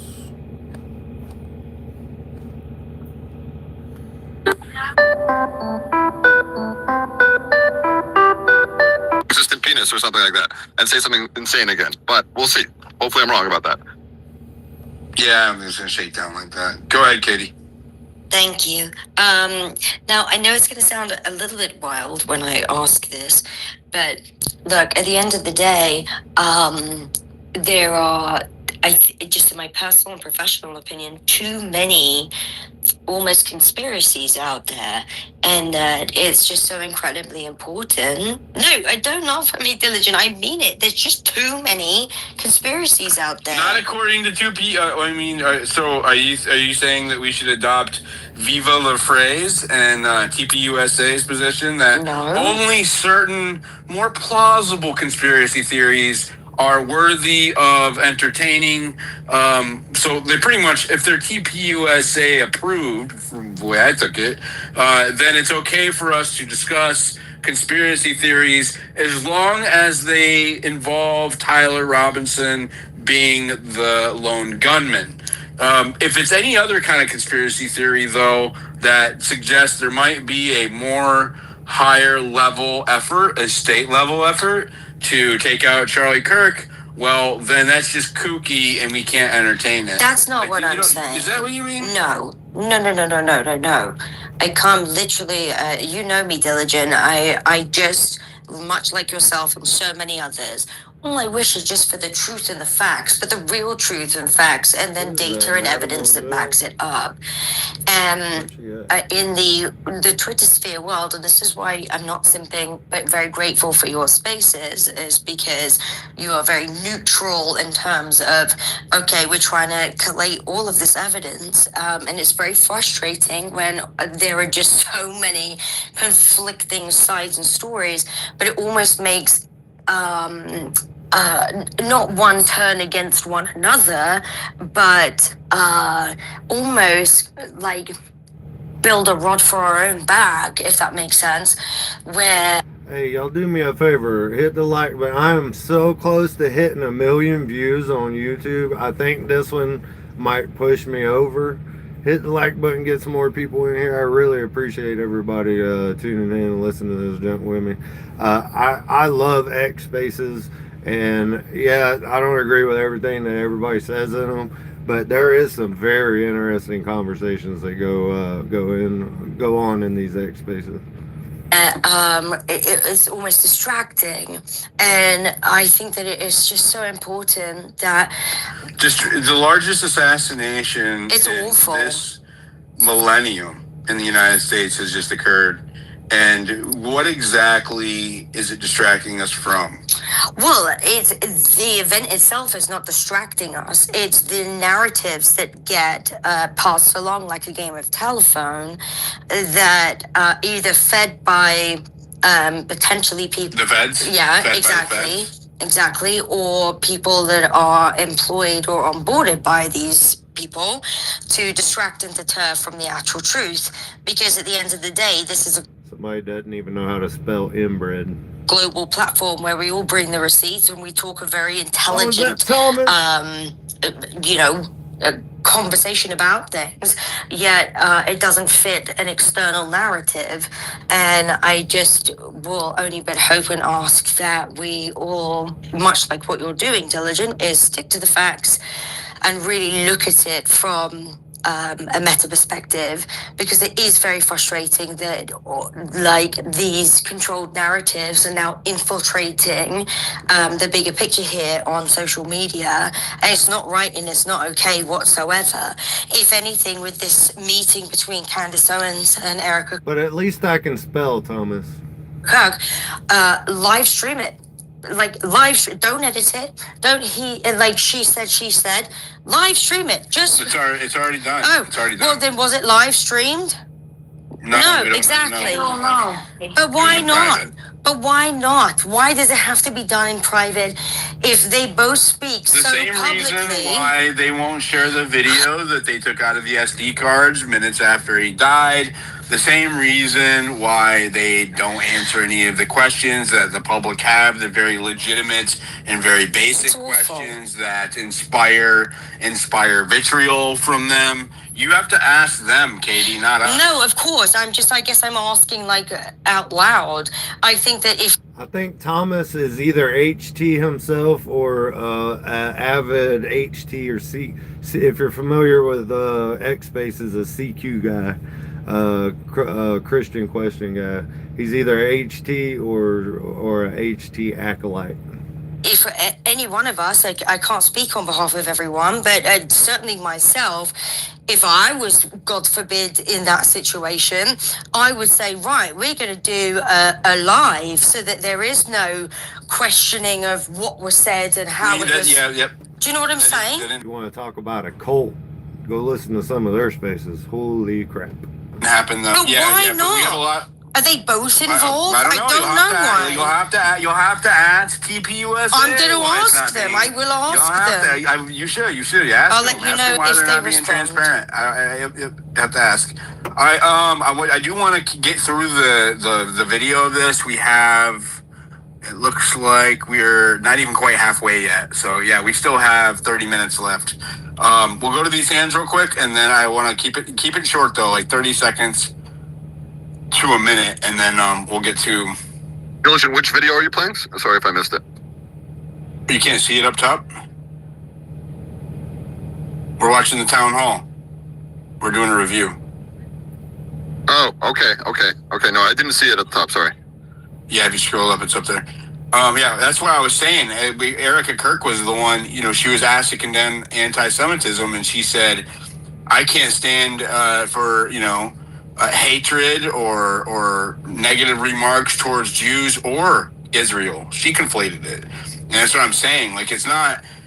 me recognizing that there's an injected conflation happening isn't the same as me making the same conflation. I don't think it's fair to Jewish people for people to conflate Jews or Orthodox Jews, especially with Israel, right? Like we had Herschel up here. Is it Hershey or Herschel? Herschel up here, who, I consider to be an extremely nice guy, right? And if Israel does something that makes Israel look bad, right? It's not fair for Herschel or other Orthodox Jews to have to deal with the backlash over the decisions of their state. That's not fair, right? The same way that it's not fair for all blacks to be blamed for the actions of a few, right? The same way that it's not fair for... What's that? Or Muslims to be blamed because things Iran do. Or Muslims to be blamed because of Iran. It's the same thing. But the problem is that it's not individuals making the conflation.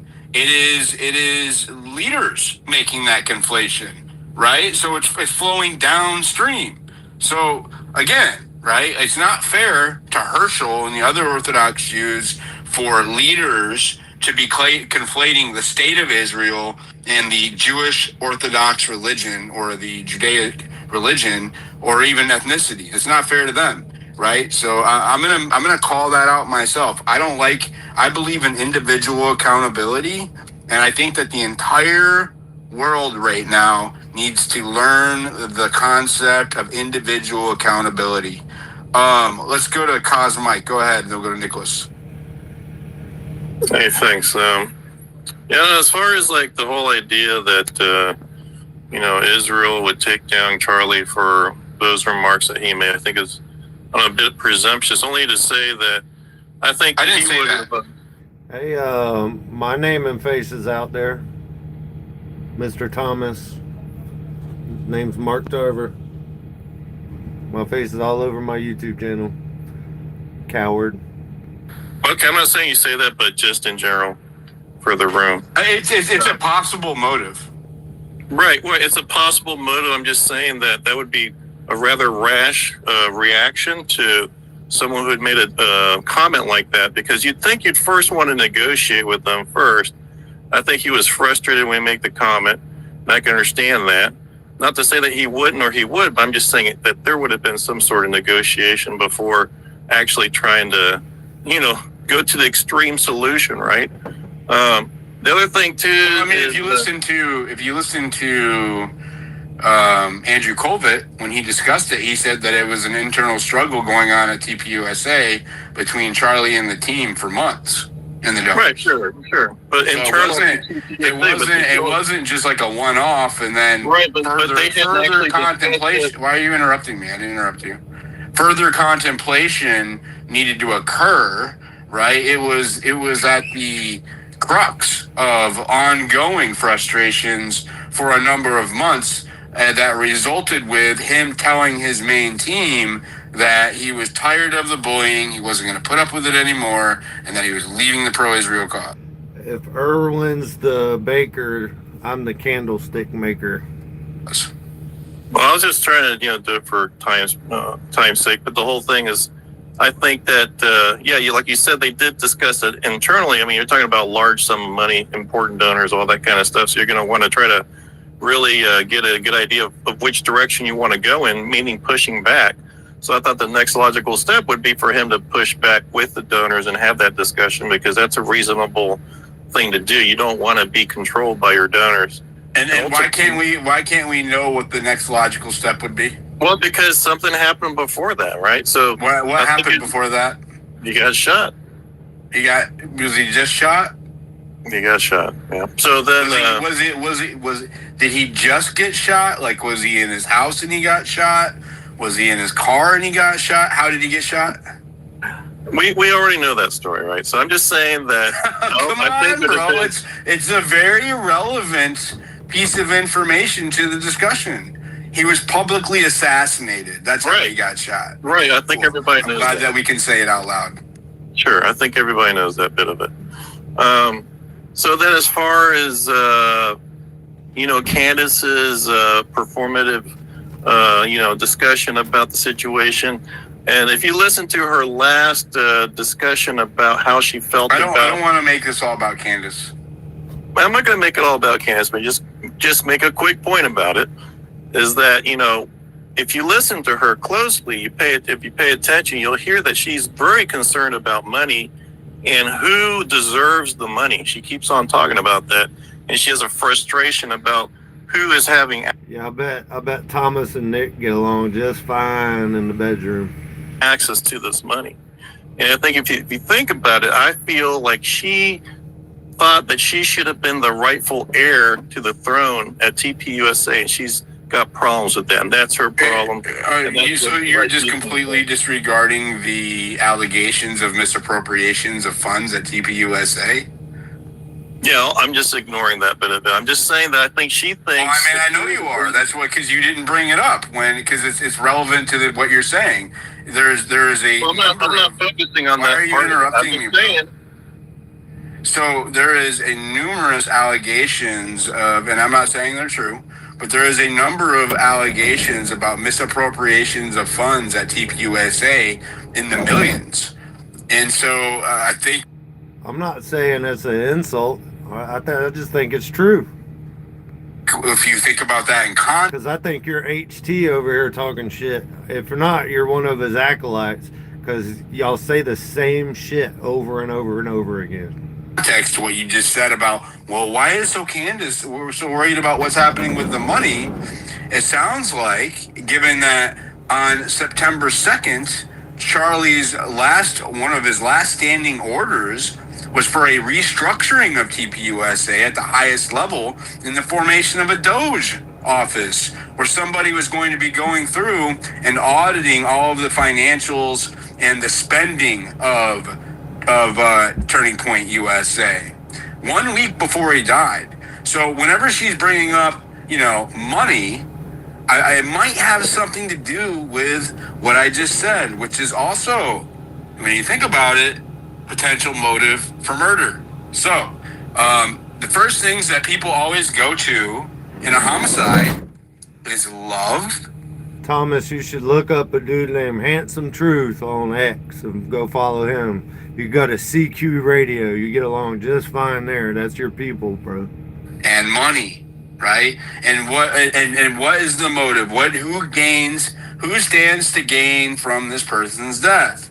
So, I'm not going to say that it was Erika, but There is a TPUSA organization, and if money was being absconded and he was, ordering that it be looked into, it might be in somebody's interest to take him out before that can happen. Because now that he's look no further here when it comes to the financials of TPUSA, according to Pam Bondi. Right, so we should look at you can let him respond, baby. We should look at all parties that could benefit from that too, right? So it's not just 100%. I want to look at all parties. Right. So I would think that the left or the deep state would have more to gain from How does the left gain financially from Charlie Kirk's death exactly? It's not really about the finances. It's really more about. You were the one that brought up the money. We're trying to keep it out. Let's keep it in the context. As far as the money part, when I mentioned the money part, I was saying that I think Candace is the one that wants the access to the money, and that's why she's upset, and that's why she's making, according to Erika. Give me your definition of a fascist, Thomas. What is a fascist? You're anti-fascist, so what is a fascist? Erika Kirk, she's making $500,000 an episode. Why does she need that's still not the crown. She wants the crown. She wants to be in charge of the whole enchilada. She's got the crown, dude. That is, if she's got the crown. She's got the crown. She's got the crown. That is why Erika is flying to Nashville and not the other way around, I would argue. Well, you should listen to her last. Okay. All right. Thank you so much. Thanks, Cosmike. Thank you. Let's go to AB. Go ahead, and then we're gonna get back to watching this show. Yeah, I was going to say, I don't want to be far-fetched, but you know who else? Hurry up and go look up the definition. Has a pretty strong motive to shoot Charlie Kirk. Let's say somebody who was upset by his constant correct. No, I want your definition of fascist, because most people that say that word don't even know what fascist means. Rhetoric against trans ideology, including leading right up to the very second. The last question that he ever answered his entire life was about that, and and not only that, Can I just finish the sentence? Literally one sentence. Go ahead. And all those other categories of potential suspects don't have someone with DNA on the actual murder weapon, and parents who drove in with him. Was the individual who is arrested in custody right now, is he trans? No, but he had a relationship with a trans person. Am I right that he allegedly had a relationship with the trans person? Am I right or am I wrong? Why would you answer my question? Did he have a relationship with a trans person? Did Tyler Robinson have a relationship? That has not been substantiated. I have no idea. Okay. So then I guess that the Jews won World War II, buddy. Things were substantiated, but the fact is that he delivered a speech about anti-trans. Charlie did, and that was the last question he answered up to the millisecond that he was shot. And all those other categories of people, TPUSA, financial propriety of Israel, is it really beneficial? None of them have DNA. None of them have DNA on the murder weapon or on the blanket that was covering the murder weapon. Hold on. Was it really beneficial? Did they really gain? Okay, let's just run with your scenario here and say that it was a pro-trans shooter. What did they gain from the death of Charlie Kirk? Backlash? The question is what they increased policy that enforced domestic terrorism across the country. What exactly did they gain when you compare it to the financial gain and the increased visibility that Turning Point had in the wake of Charlie Kirk? Okay, you could definitely ask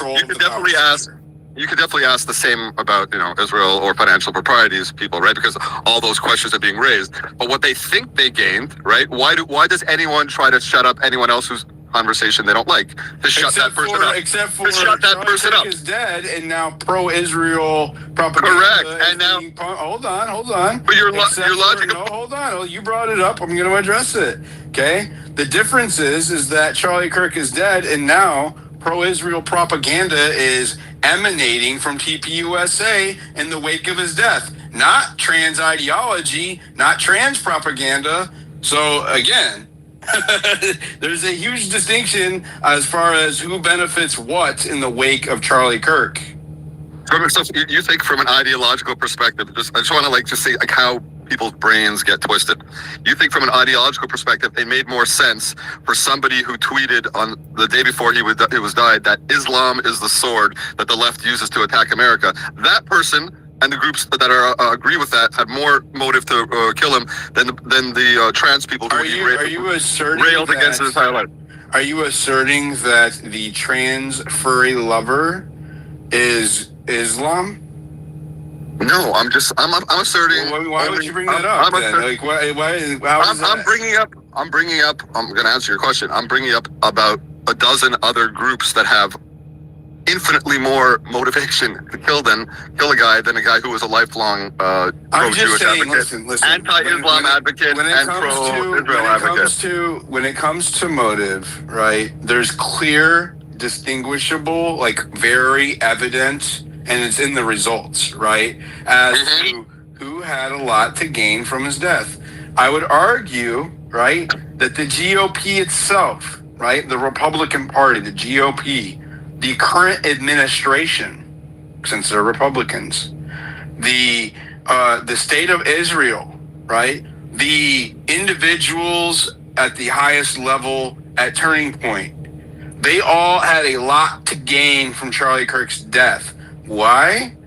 From control of his organization, right? From the money that outpoured in the wake, from the propaganda and the messaging of a martyr's death, right? That we saw. There are clear, evident benefits. I'm not saying that they're the result of some conspiracy. Okay, I'm just saying, look at the results. There are clear benefits for the organizations that I named, right? So it's not just Israel that benefited. It's not just Republicans. It's not just Turning Point. It's not just Erika Kirk, right? There are a lot of people who gained monetarily, clout, status, and obscurity if they wanted it, right? From his demise. So, I mean, it just is what it is. The person who has gained the most clout by far, by orders of magnitude, by ratings,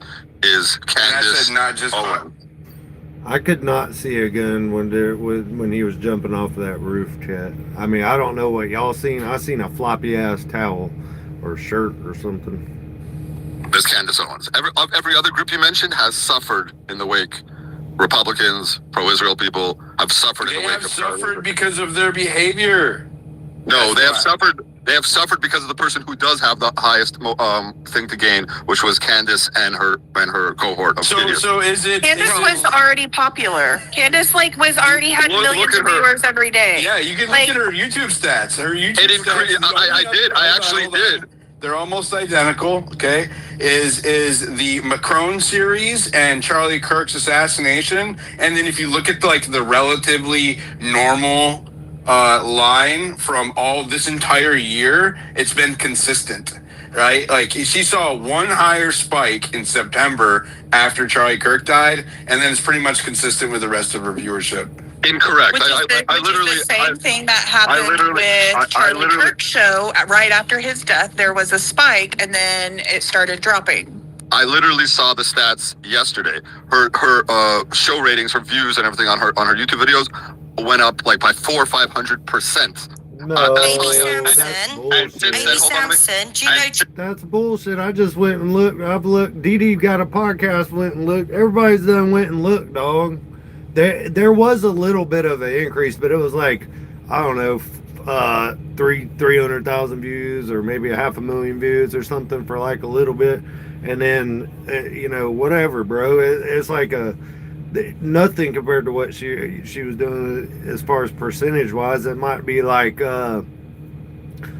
maybe it went up 0.25% or something like that, or 25% or something like that. But to say she's doing it for money, I'm not there. Maybe she is. I'm open to it, but I don't see it. John McGovern. Do you know John McGovern? Give me the stats on John McGovern. And since then, I have no idea Give who me John the McGovern is. stat. Oh, I have well, no then idea you who will John see, McGovern is. because Come on, he Katie. Come on, Katie. Come on. I have no idea who John McGovern is. And then That's since... I don't want to. Okay, I don't want to. But I'll just say, it'll be 3 seconds. Since then, the It ratings doesn't have change the fact. It doesn't change the. It does change the fact that in terms of who benefited, it's her. Candace Owens is in on his death. No, I'm saying by that, by her retard. I'm asserting that Tyler Robinson is responsible. Are you asserting that Candace Owens could have potentially been in on a conspiracy, or it was somehow involved with his death for personal gain of clout? Is that what you're asserting, AB? I'm asserting exactly. If not, then you mentioning her has no relevance to the conversation. I'm asserting. Well, you're also not. You're not asserting that Israel did it. I'm asserting by your logic. She had by far the. Hold on. Don't tell me what I am or not asserting. Let me clearly state my position so that everybody can know. Right? My position is that I don't know who killed Charlie Kirk, and therefore anybody could have killed Charlie Kirk. Any organization, any state, any known coworker, anybody. That's where I'm at too, because I think that there's plenty of evidence that it was not Tyler Robinson. That's what I believe that. Whatever the Fed slop narrative is, I know that's fucking garbage, but that doesn't mean I know what it is. I just know what it ain't because of all the damn proof. Anybody, I'm open to anybody, okay, that is within reason or a chain of evidence, killing Charlie Kirk. That's the difference between us, right? You think Tyler Robinson did it. You're not open to any other suggestions. That's the difference between us. I don't know who killed him. I don't hold any kind of theory as to who killed him. I know that the narrative being presented by the government doesn't hold water, which is why it's floundering. When TPUSA is out there posting videos of lip readers trying to convince you that it was Tyler Robinson and getting ratioed on their own platform, right? That tells you all you need to know, is that it looks desperate, as a desperate effort to convince people of something, and they're not buying it. And I would argue the reason why Erika Kirk flew to Tennessee today is because they want to try to convince Candace to stop, because people are not buying it. But what they don't know is, what they don't understand is that Candace Owens is not responsible for why people feel this way. They are responsible. Hold on. They are responsible for why people feel this way. It's their own actions and their own words that people are responding to. That's the difference. So even if AI, smart cities, listen, if you're too scared to speak up, that's exactly what they want. They want you to be too scared to speak up and speak truth. It's always been dangerous to speak truth. Look at Jesus and all his disciples. It literally killed all of them to speak truth, okay? If you speak too much truth in this life, you're gonna get put down, bro. Because this is Satan's world. Read your Bible, you'll know this to be true. Candace Owens comes out tonight during this space and says, I have promised Erika I will never speak on the Charlie Kirk investigation again, people will abandon her, and then somebody will fill in the void as the tip of the spear, and then the investigation will continue. That is true. Okay, that is what they don't understand. This is a movement within the people. They recognize bullshit when they see it, and it is stinking to high hell in here. All right, let's go to Blake. I want to get through these hands and want to finish the town hall. Okay, AB, I'm sorry. I'm not going to further the debate. Go ahead. Well, yeah, and just a question to AB, and I understand because he linked. Do I want to get turn up missing, yes or no? Obviously, I do not. But I'm not scared of it happening. That's my answer. Trans people to the shot actually being fired due to the question that was asked. And I understand I'm asking this question to Batman, but how did he hear all the way across and up on the roof? I don't want to have the debate on the shot. I don't want to. It's exhausting. Let's do the debate after the space. That's what it's like. Diligent, I gotta get out of here, but is it okay if I make a real quick point before I go? Okay. Yeah, I just kind of adding on to what you were saying. Actually, what you were saying to the end there was what I wanted to say as well. Just to say that Candace Owens, while this is being painted to be Candace Owens versus Erika Kirk, really the problem here is that everyone is asking the same questions. Candace was not the first or the only person to ask the questions that she's asking. So, like you're saying, if she were to stop asking, other people would continue. But yeah, everyone has these questions. So regardless of what Candace's personal vested interests are, which they may be, I mean, I personally am biased in her favor. But even if there were those ulterior motives, the fact is that has nothing to do with the questions she's asking, because we're all asking those questions. And I. Hey, KC, if you feel dumber for listening to this, move on, bro. Ain't nobody forcing you to keep your phone here. Scroll up, dog. Personally have no vested interest and nothing to gain from asking the questions except the truth. But anyway, that's all I had to say. Thank you for having me on here. I hope you guys have a great discussion. You know what the most beneficial thing that's happened to me as a result of Charlie Kirk's assassination? It flushed out all of the establishment shills within the new media. That's what I have gained the most from, is being able to identify the people who really cared about principles and the ones who are willing to lie to the public in exchange for access. I don't believe his father turned him in. Do you? Okay, so his father turned him in, right? Because why did his father turn him in? Because supposedly they recognized him from that grainy ass photo, and they recognized the rifle, the picture of the rifle that was shown. Well, guess what, bro? The picture of that rifle is not the actual rifle. That it had a synthetic stock. It was the news. I can't remember who it was. They admitted that it was just a stock image. So how exactly did he recognize the rifle? It's bullshit, bro. It's bullshit. It's a bullshit fake. He did not turn him in. That's a lie. Where's the father at? Where's the mother at that's coming out and saying, yes, I turned my son in? I've never seen that. Have you seen that? Or have you seen the FBI tell you that? Notoriety or the benefit of the tribe. I would love for you to bring the receipts on that. I mean, you can go to my X account. It's oops, shit, I hit the wrong damn button. How do I go back? All right, let me pull that. I don't even know what time we were at. Can y'all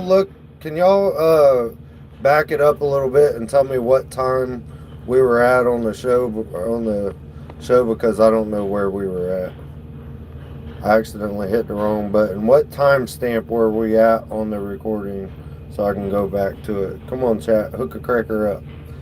I know it was after 123 because that was the last time I had to back it up. Diligent, which video are you playing? Tell me what the timestamp was. Just back it up, and before I accidentally clicked off of it, tell me what the timestamp was, and I'll go back to it. But while we're waiting on them to do that, you can go to my profile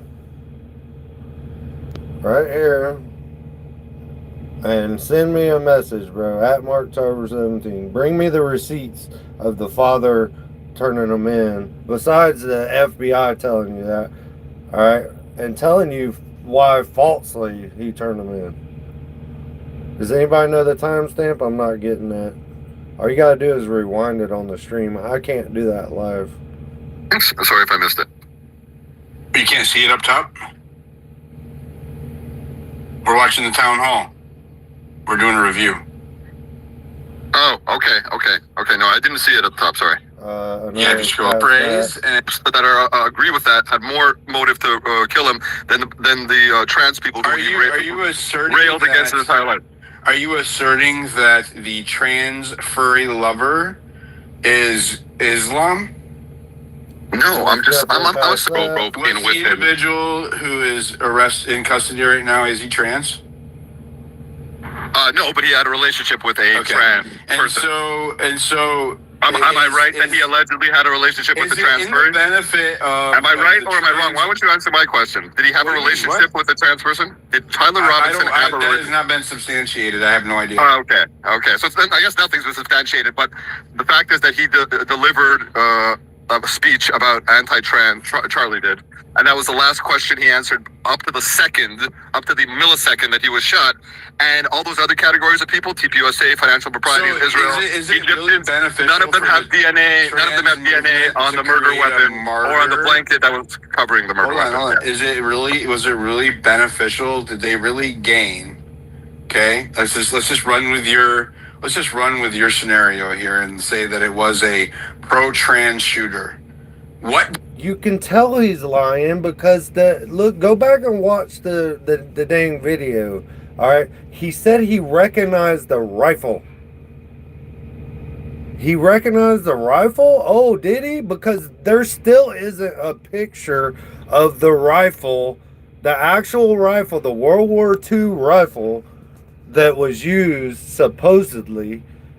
You know what I'm saying? Like, just if anyway, I don't understand how you could believe that.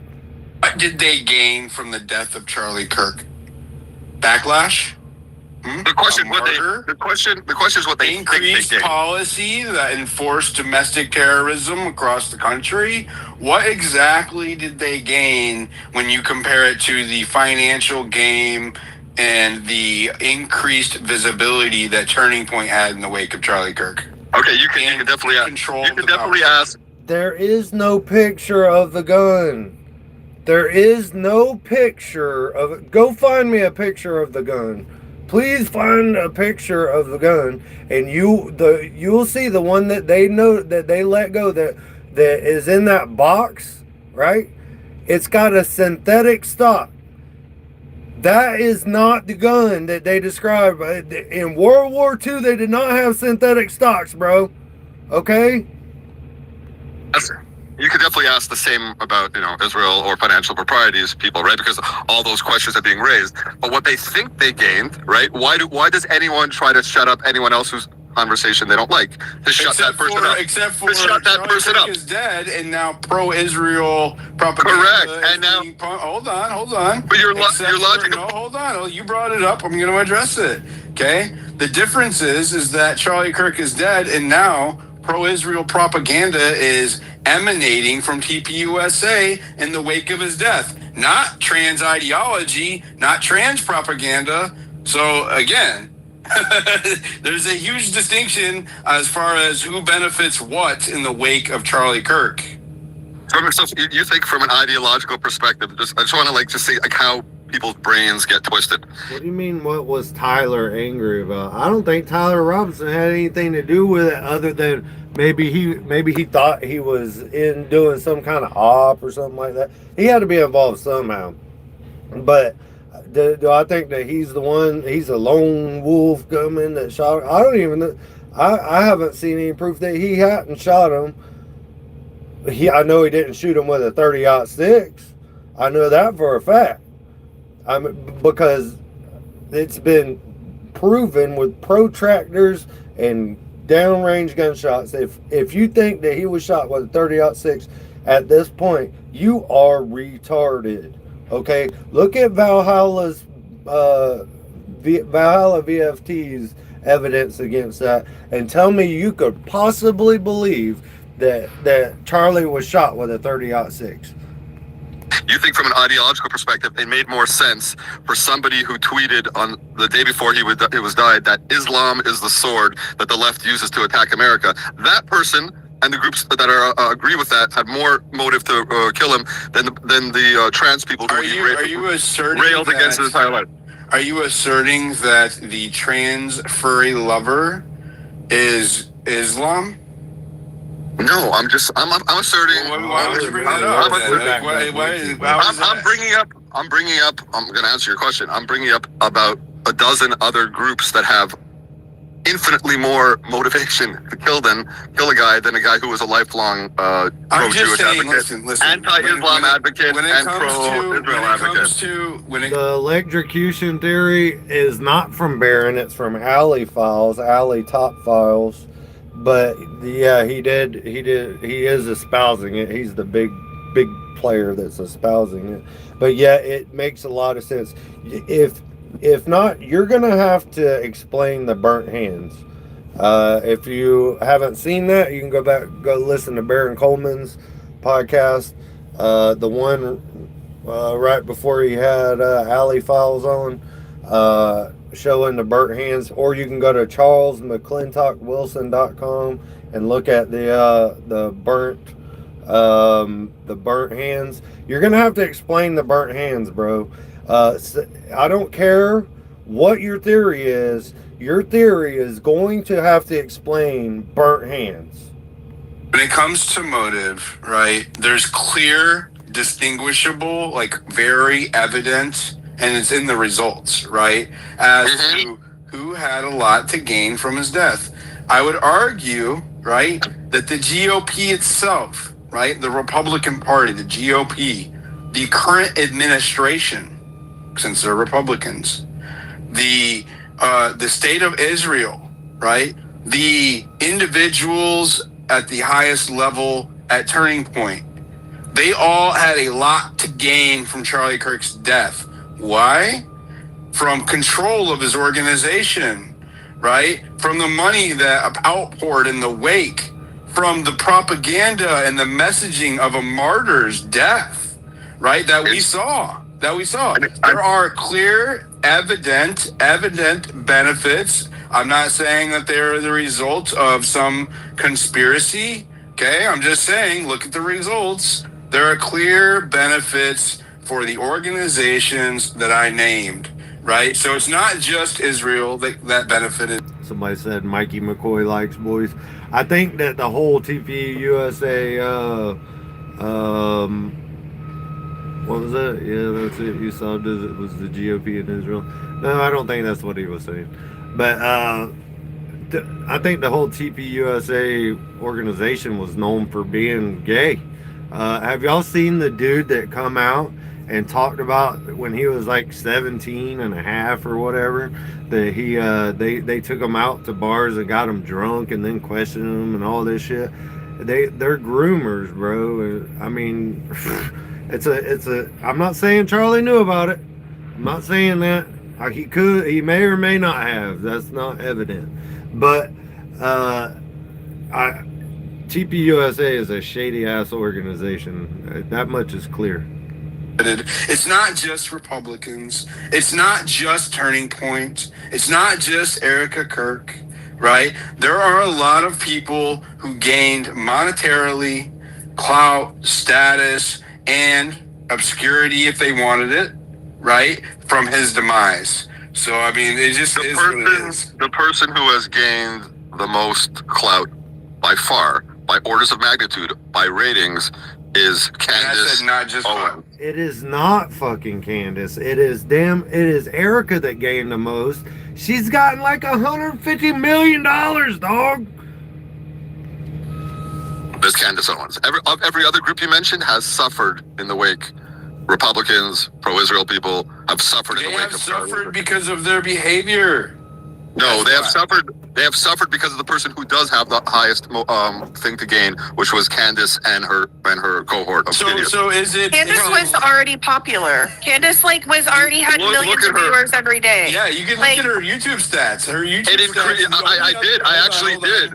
They're almost identical. Okay, is the Macron series and Charlie Kirk's assassination, and then if you look at the relatively normal line from all this entire year, it's been consistent, right? Like she saw one higher spike in September after Charlie Kirk died, and then it's pretty much consistent with the rest of her viewership. Incorrect. Which is the same thing that happened with Charlie Kirk's show. Right after his death, there was a spike, and then it started dropping. I literally saw the stats yesterday. Her show ratings, her views, and everything on her YouTube videos went up like by 400 or 500% Amy Sampson. Amy Sampson. Do you know John McGovern? Do you know John McGovern? Give me the stats on John McGovern. And since then, I have no idea Give who me John the McGovern is. stats. Oh, I have well, no then idea you who will John see McGovern is. because Come on, he. Katie. Come on, Katie. Come on. I have no idea who John McGovern is. And then That's since... I don't want to. Okay, I don't want to. But I'm just saying, it'll be 3 seconds. Since then, the ratings It doesn't have change the fact. It doesn't change the. It does change the fact that in terms of who benefited, it's her. Candace Owens is in on his death. No, I'm saying by her retard. I'm asserting that Tyler Robinson is responsible. Are you asserting that Candace Owens could have potentially been in on a conspiracy, or it was somehow involved with his death for personal gain of clout? Is that what you're asserting, AB? I'm asserting exactly. If not, then you mentioning her has no relevance to the conversation. I'm asserting. Well, you're also not asserting that Israel did it. I'm asserting by your logic. She had by far the. Hold on. Don't tell me what I am or not asserting. Let me clearly state my position so that everybody can know. Right? My position is that I don't know who killed Charlie Kirk, and therefore anybody could have killed Charlie Kirk. Any organization, any state, any known co-worker, anybody. I'm open to anybody, okay, that is within reason or a chain of evidence killing Charlie Kirk. Like, that's the difference between us, right? You think Tyler Robinson did it. You're not open to any other suggestions. That's the difference between us. I don't know who killed him. Every time I hear that's the difference between us, I hear Slim Shady, we could start at the penis.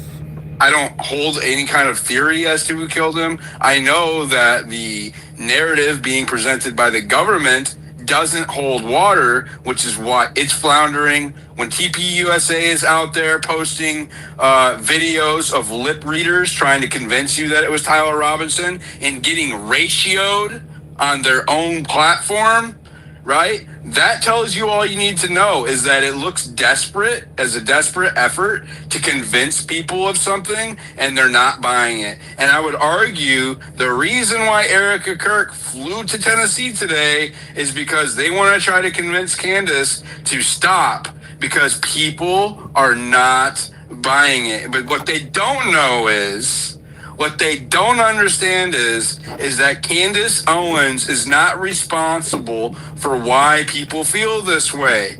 They are responsible. Hold on. They are responsible for why people feel this way. It's their own actions and their own words that people are responding to.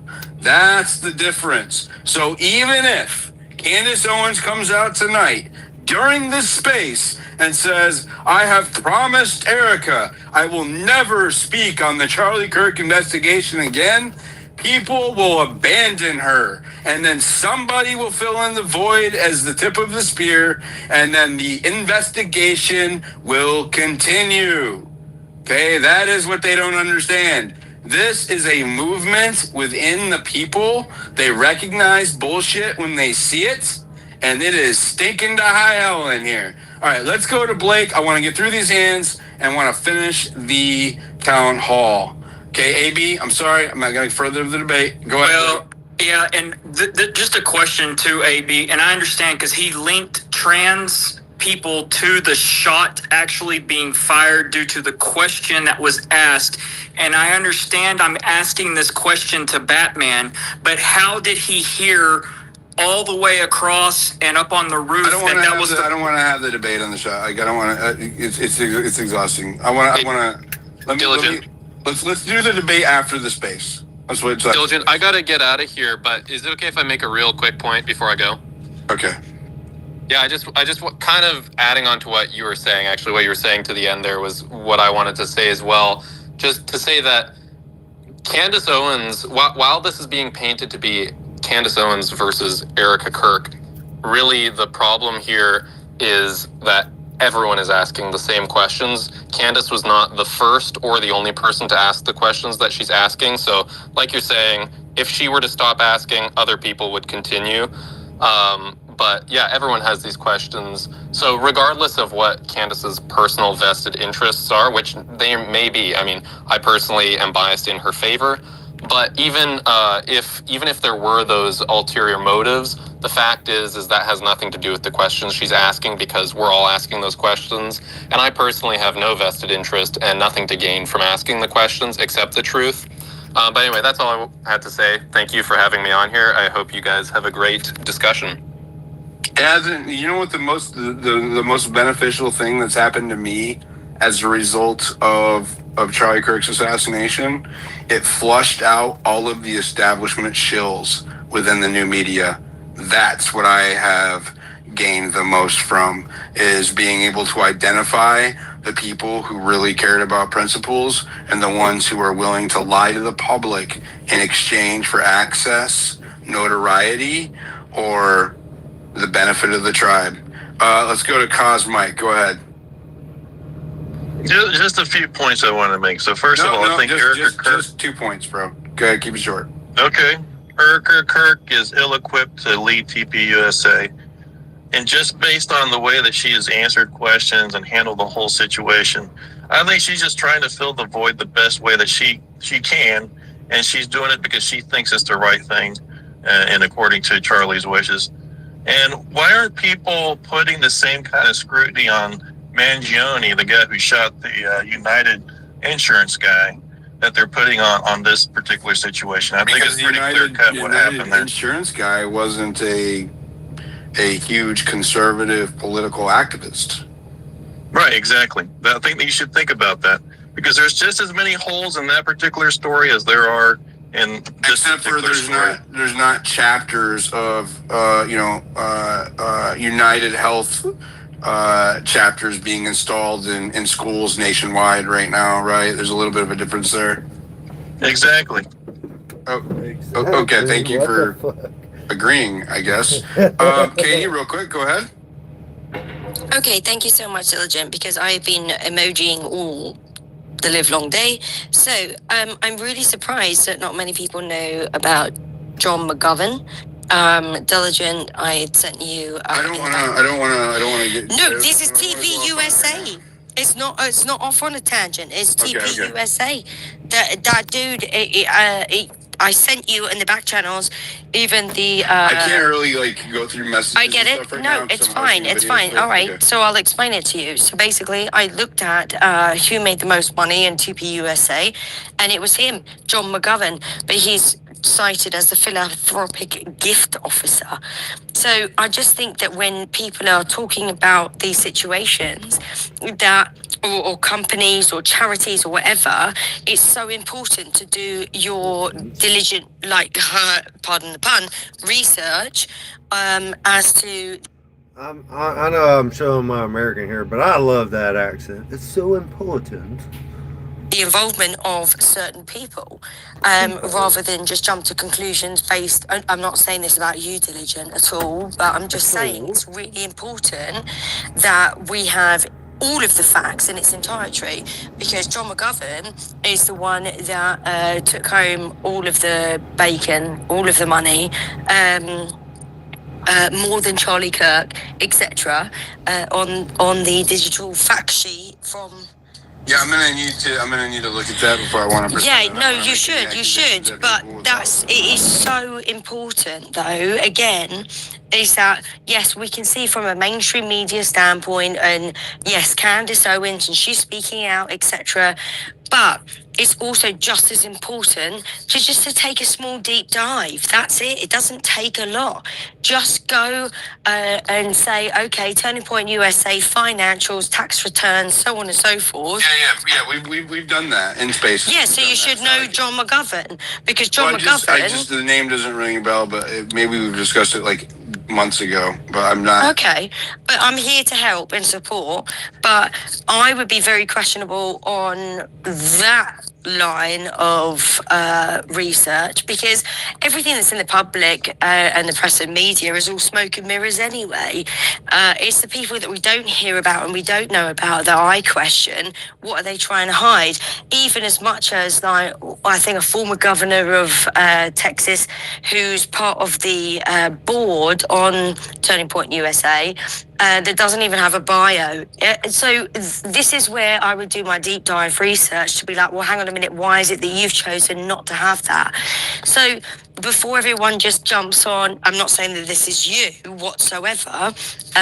You know I love you, but I'm just saying that before anybody jumps in with like, oh, I've got it. Nobody's making any accusations. No, I'm not, and I'm not saying that you are. I feel like you're misinterpreting, but I want to get back to the show, and so I'm going to try to save you some time.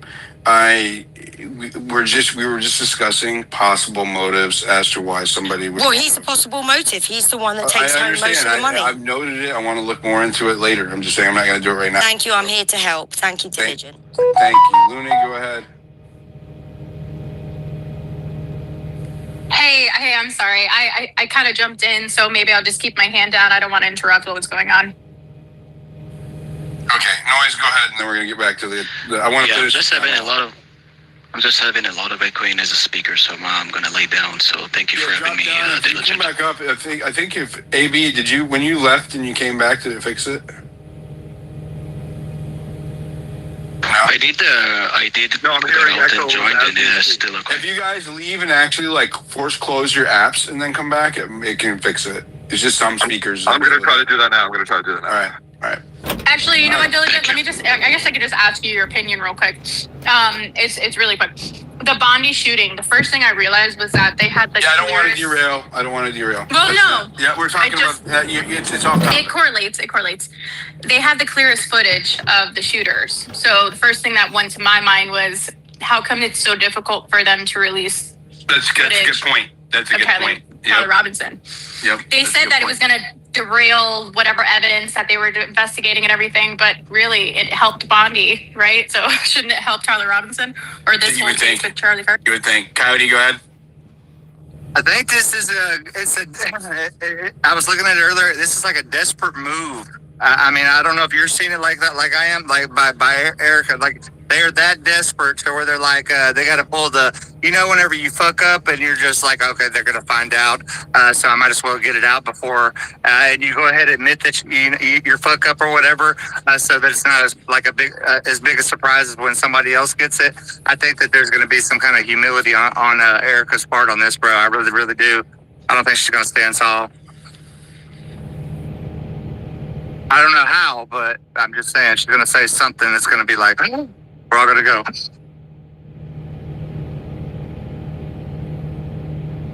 And he's in the back channel, so fill that air in there until he gets back over there. Is he on Diligent Spaces? Mute up, bro. Mute up.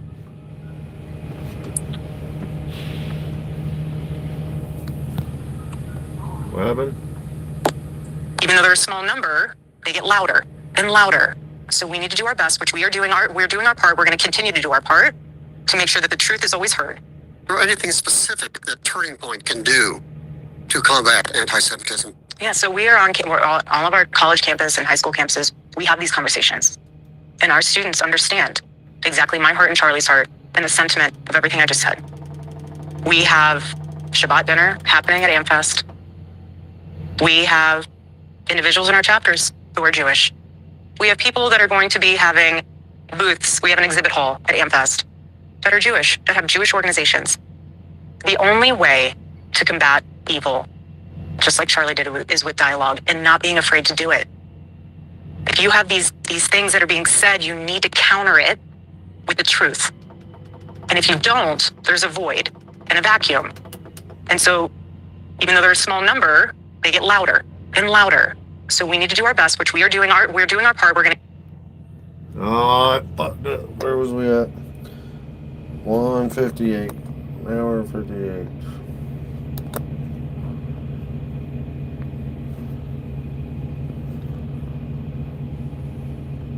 Sorry guys, those spaces are glitchy sometimes. I'm surprised it's working as good as it is. 1:58.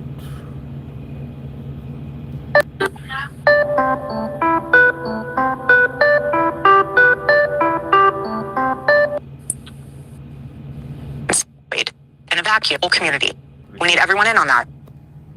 Bob, thank you so much. I want to talk about discernment. Yes. Okay, being able to separate truth from lies, reality from unreality. A 22-year-old man named Tyler Robinson has been arrested and charged with the murder of your husband.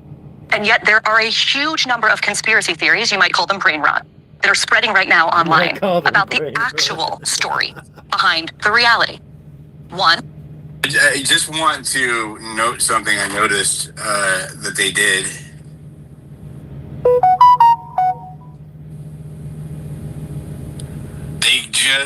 They started, when they made the comments about anti-Semitism earlier, Erika Kirk referred to them as brain rot. And then if you didn't notice, Barry Weiss just conflated conspiracy theories about Charlie Kirk's assassination are also brain rot. So she conflated anti-Semitism with conspiracy theories there. I noticed it just now. Trying to be slick. She's trying to be slick. We're not going to let her. We're going to call it out. Thank you. All right, let's get back to it. people say that Tyler Robinson was actually a MAGA Republican. Or two, some people say you were actually a Mossad agent sitting in front of me, and you were Charlie's handler, and Israel killed Charlie. Right. Other people say that a number...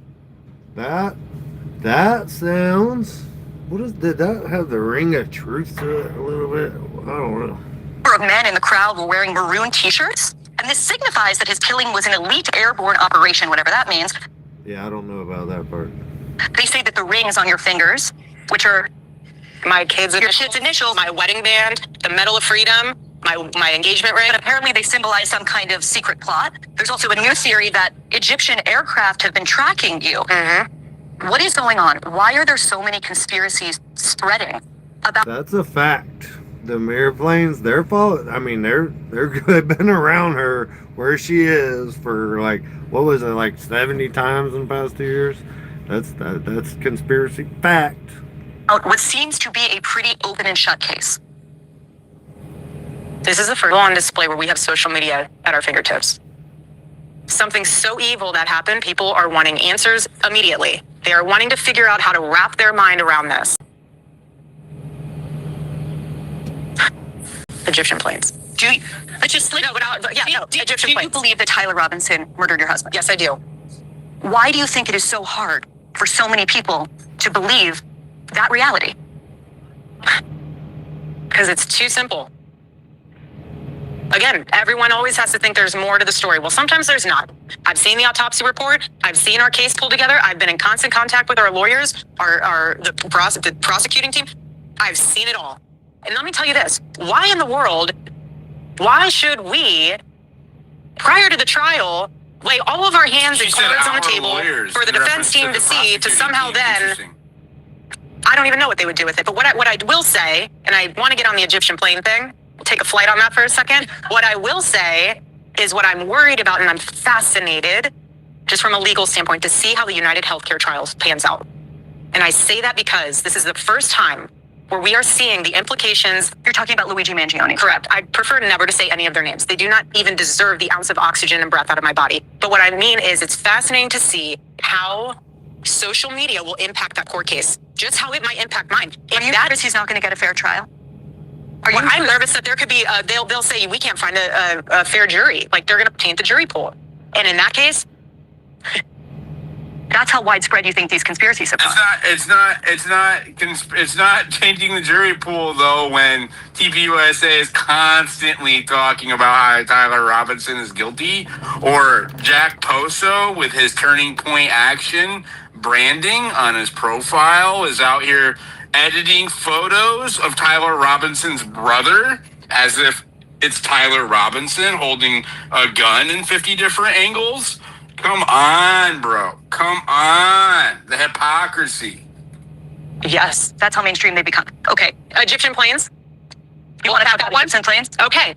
I was pregnant for 90% of those trips. Mind you, I've never, all those places they said I'd travel, I've never been. I mean, I've been, but I'm not within those dates that they've, but you even said you need to. No, but this is, yeah, but I do on that one. Only because, from a humor standpoint, I intentionally, when I was pregnant, hid. Not because I was embarrassed, not because I didn't want anyone, yes, we did keep it very private, but because it was a moment very sacred. I was growing a human inside of me, my baby. The world that Charlie and I live in is very toxic at times. Yeah. And when you are growing a beautiful child in you, I don't want to be around it. I want to enjoy eating my In-N-Out burger and my hot fudge sundae. That's what I want to do. I'm pregnant and I have 9 months to own it. You really think I'm going to be on an Egyptian plane while I'm wanting to be with my In-N-Out burger and my chocolate milkshake? No, I'm not. So if you want to go through my flight log, go right ahead. It's very boring. You say I was here on this date. I have a photo in my phone to prove that I actually was in the hospital because I was having contractions. So game on. The podcaster Candace Owens, okay? At one time, a friend of Charlie's, at one time, an employee of Turning Point. She has been one of the main peddlers of these conspiracies, and she is making a huge amount of money on it. She is building her business off of these lies. What do you want to say to her and the other people that are putting these lies out into the world right now? Stop. Stop. That's it. That's all I have to say. Stop. Okay.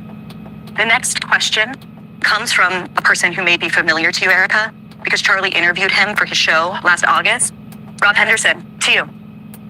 Thank you, Barry, and thank you, Erika. During that discussion with Charlie, neither of us knew that was going to be the last long-form interview he would ever conduct, because his life was cut short by the actions of a very disturbed young man. As someone who admires Charlie's ability to offer young people a productive and optimistic path, I wanted to ask, how should the conservative movement think about cultivating leaders and role models for young men? And how can it continue offering them a constructive alternative to the toxic currents Charlie so astutely criticized? It's a great question. First of all, your interview was amazing. It's one of my favorite ones to look back on. Charlie connected with you very well. And I can always tell when he does on his show. I've always watched his show. And I could always tell because his questions and his engagement would shift. And he always loved that conversation with you. As the CEO of Turning Point USA, it is my responsibility to make sure that our youth is in good hands. Our chapter leaders are amazing. And there's some leaders within those groups you guys have not even seen or heard about yet. But you will one day. And you'll be blown away because they are amazing kids. We had 2 of them at our gala event this weekend, and they spoke in front of our donors. It was the first time I ever met them. Phenomenal kids. Not only are they smart, they have a heart.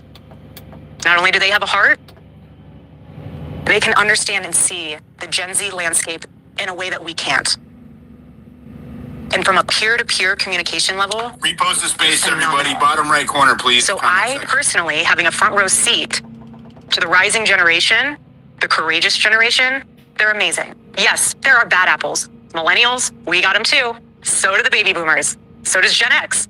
No one's escaping the bad apples. It's just the batch. But it is our responsibility, my responsibility, our team's responsibility to make sure that our chapters are cultivating those leaders.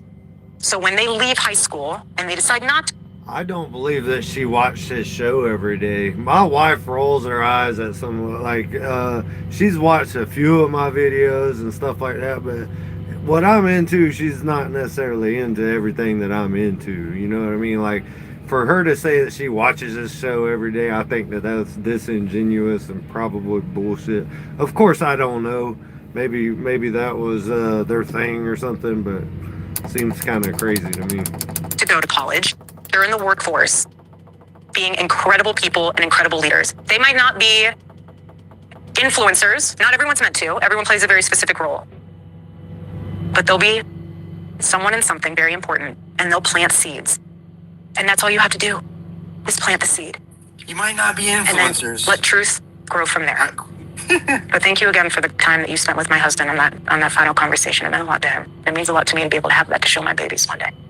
Hey, she lifted her eyebrows, so that her Coming up, future, guys. should women focus on their careers or building their families? We'll ask Erika Kirk what she believes as a mom and now as a CEO.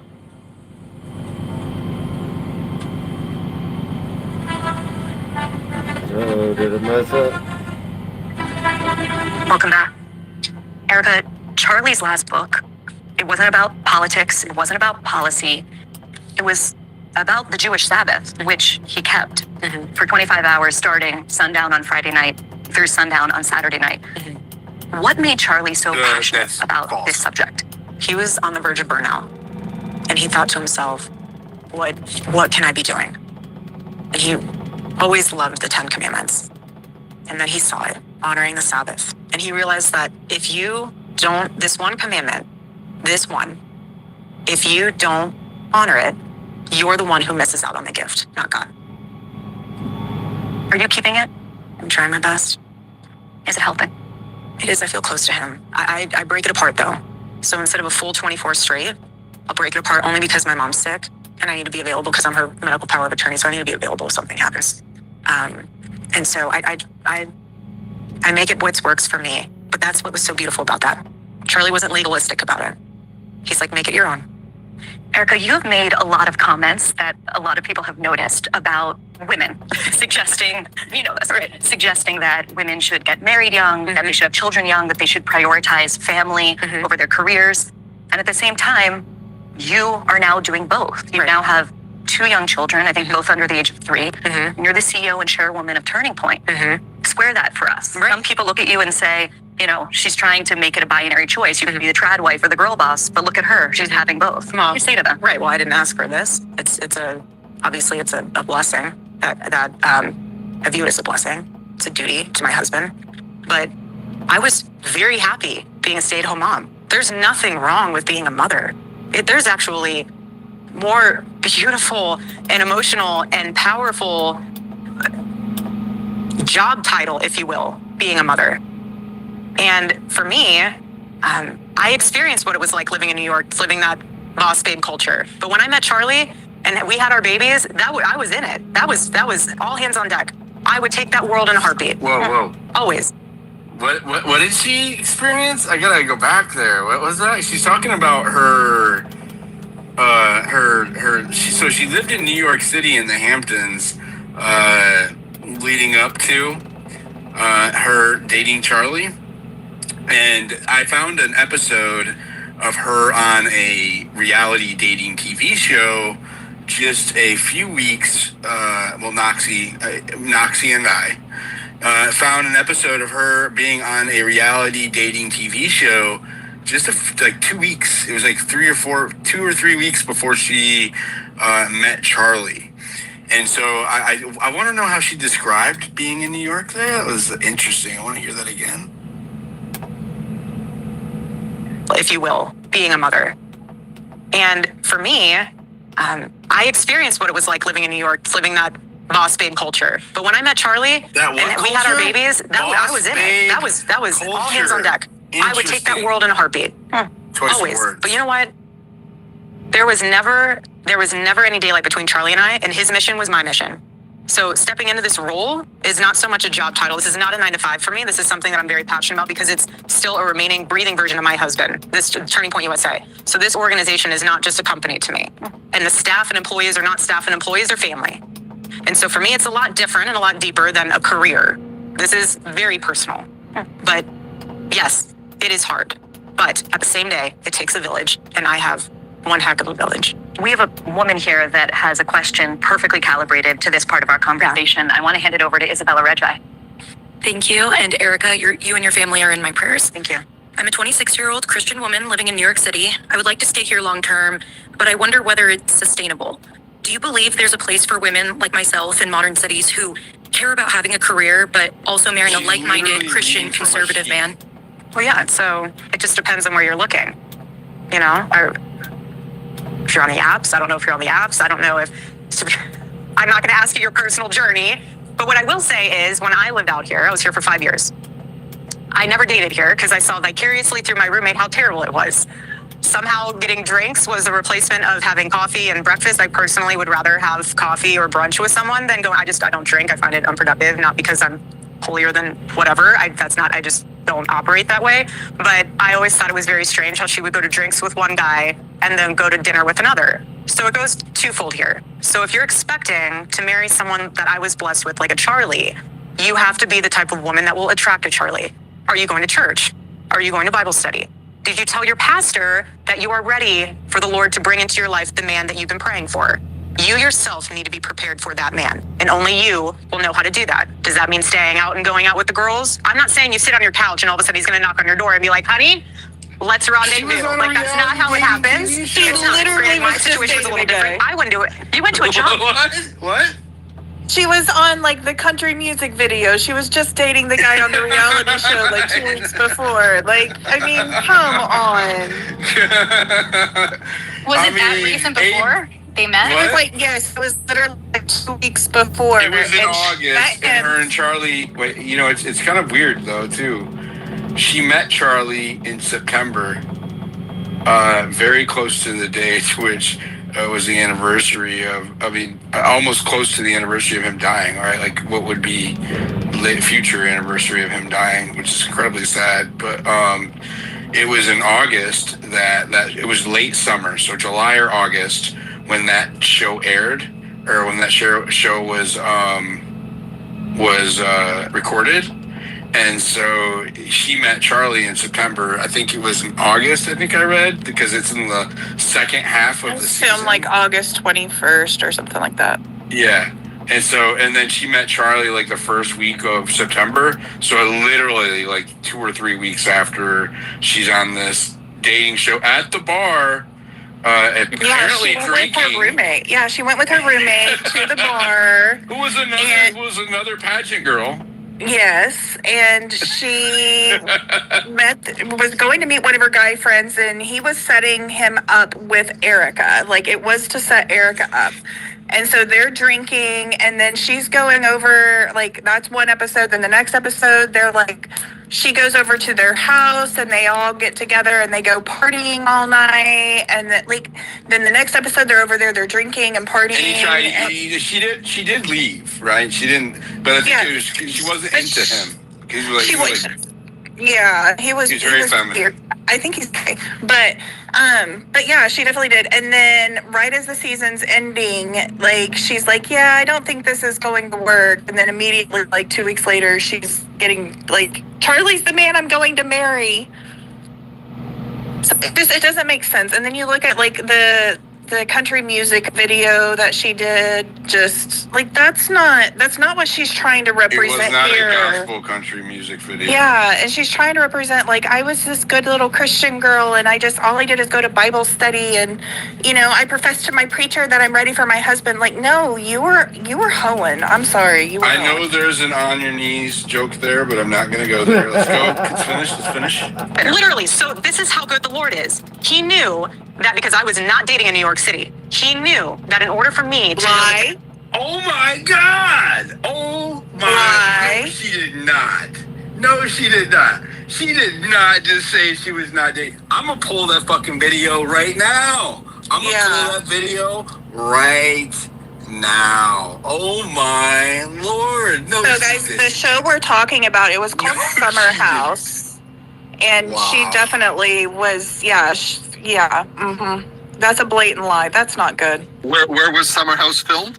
I have no idea what the show is. I'm just asking. In the Hamptons. So she was living in New York City. Their first date was actually in New York City, and then the preceding times that she went and met this guy to hang out with him was in the Hamptons.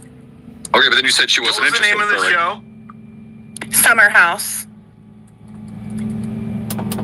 Noxie, have you guys seen any of this town hall at all yet?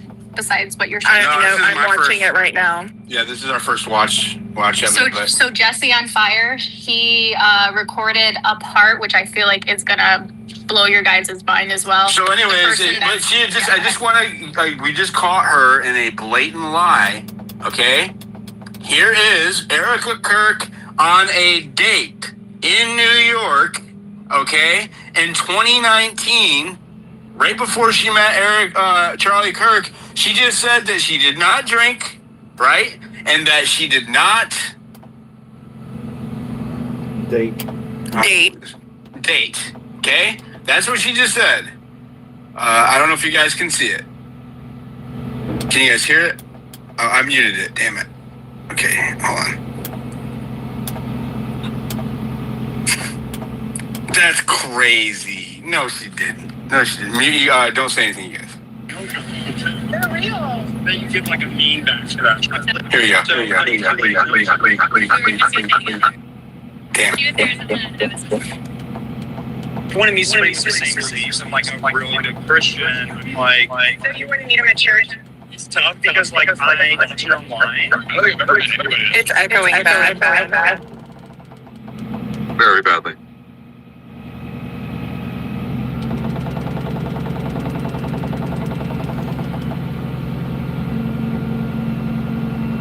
Now you're muted. She's on CBS. Look, listen.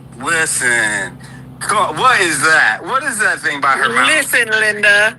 What is that thing by her mouth? Is that a big straw? I'm not trying to be dirty right now, okay? But look what she's out there doing.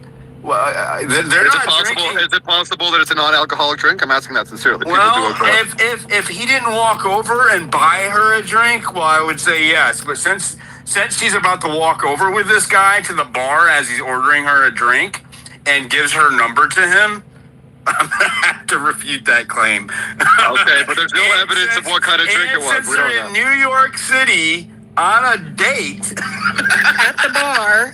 at the bar is exactly what she said she did not do just now. Come on, AB. Come on, bro. Well, I'm just saying, number one, we don't know what was. I have no idea what the show is. Come on. I have no idea what the show is. But we don't know. He can't even take himself seriously. We don't know it's an alcoholic drink, man. People, I have friends of mine who are She's still on a date, giving her like guys her number. Like she went there to be set up with this dude that's on a TV show. Well, I mean, that's true, but I think she meant that more in the general sense. Like she wasn't doing that in regular practice. In the hypothetical. She happened to be on a show, and that's the way these shows are set up. You know? That is the way these shows. Come on. I just accidentally fell on Jersey Shore, but it's okay. Come on. You're like, seriously. You guys are being highly legalistic. You're being highly legalistic. Yeah, these guys expect a very, very high standard. It's ridiculous. That's what she just said. Like this is her words. Noxie. We have a high standard of truth here of whether or not somebody is actually out there hoeing at bars drinking and they claim not to be. So you have one instance where she did this, and you're going to say that she does it all the way. This is 4 episodes. Bro, giving somebody she was on the show. What do you expect? It is a fucking mini series, dude. It's not just one time. No, but giving somebody your number is not hoeing. We don't know what kind of drink she was drinking, and giving somebody your number is not hoeing. Do you think somebody's a hoe if they give you if a single person gives you your number? If I go to a bar, okay, it's not hoeing. Fine, I will recant the hoeing statement. But if I go to a bar and I'm being set up with a guy, and I know that I'm going to meet this guy, and then I give this guy my phone number, and then I proceed to go to his house and go out on dates with him, that is dating. Like, if she wasn't interested in dating, she should have said it at this episode. Like, I'm not interested in dating. But she didn't do that. She continued to then make plans with him. I want you to notice that they're all drinking. He's got a glass of water and a mixed drink. She's got a mixed drink. She's got a mixed drink. She has a glass of water and a mixed drink. The only one who only has a mixed drink is Eric. But it could have been like a Virgin Bloody Mary or a Virgin Daiquiri. There's virgin drinks. You have not seen this show, AB. They are. I will never watch the show. I will never watch the show. This is like Jersey Shore Hamptons version. Come on, dude. Did it show? I just can't believe that she would have. Did she kiss anybody on the show? Did she kiss anybody on the show? I would not. I just can't believe. Yeah, she does like smooch him, but she doesn't do anything like naughty on the show. Okay, so come on. So listen, but I'm not accusing her of being a hoe. I'm accusing her of lying, cold-faced lying. Bro. It's also the image. How would you have the audacity to fucking come out on CBS and be like, I never dated anybody in New York. I never dated anybody. This post that I'm showing you, it has like 2.5 million views, right? It went fucking ultra viral. So everybody knows that she was dating people in New York right before she met Charlie. It's right there. I'm not making it up. Like, and what's crazy is instead of AB, bro, AB, you got to admit, she just literally just said, I didn't date anybody when I was in New York. I didn't do any drinking there. I didn't do any of that kind of stuff. Did she not just say that? Well, I'm forgetting technical. I don't think she said I didn't date anybody. She said I didn't date New York. You said I didn't date in New York. She So if you did not date. So if you went on 2 dates and they were on, or 2 or 3 dates, Oh and my God, you're okay, I'm asking you. I'm asking you a question. Long Island. If you went on 2 or 3 dates over 5 years, let's say that's the extent of it. I think you could fairly say I didn't date in New York. I think that's a fair statement. And the only dates I ever went on happened to be That's on a reasonable. TV series. Like, come on, we're really supposed to believe this? The only time? You're not supposed to. Who cares? It has nothing to do with whether she did anything But wrong. it's just like if someone says, I'll tell you why. Wait, it does. It absolutely matters, and I'll tell you why. Because right now they are trying to project an image of good character. And as they're trying to do that, she is saying something that is contrary to what the evidence is, and that is not good character. That is why it's relevant. Right now, this is an entire town hall puff piece to let you know how Erika Kirk is a good person. And in the course of that, she is telling you something that is provably false. That is why it's important, because this is the CEO of the most powerful political organization in the United States right now. That is why it's important, right? Because is this a person that we can trust to have chapters of her organization in all of our kids' schools in Texas and in Florida, where it's now become mandatory? What about Oklahoma? What about the rest of them? So yeah, I'm not so sure that we shouldn't be side-eyeing any, mischaracterized statements by this individual, especially when the organization has come under a lot of scrutiny for similar, flagrant statements that may or may not be true. All right, so Diligent, I think you're nitpicking, and I think you know that you're nitpicking. Come on. I think I would follow that up. You won't even admit, bro, that she just lied. You won't even admit it. You're picking nits, is what you're doing. Maybe it would be different if she said, yes, I lived my life similarly to that when I was younger. If I learned what I learned from being with Charlie, I would have done it differently. And, these were values that I think would help you find the perfect person or whatever. But I'm going to throw this up in the Jumbotron so everybody can go look at it themselves. 2.1 million views. So I just...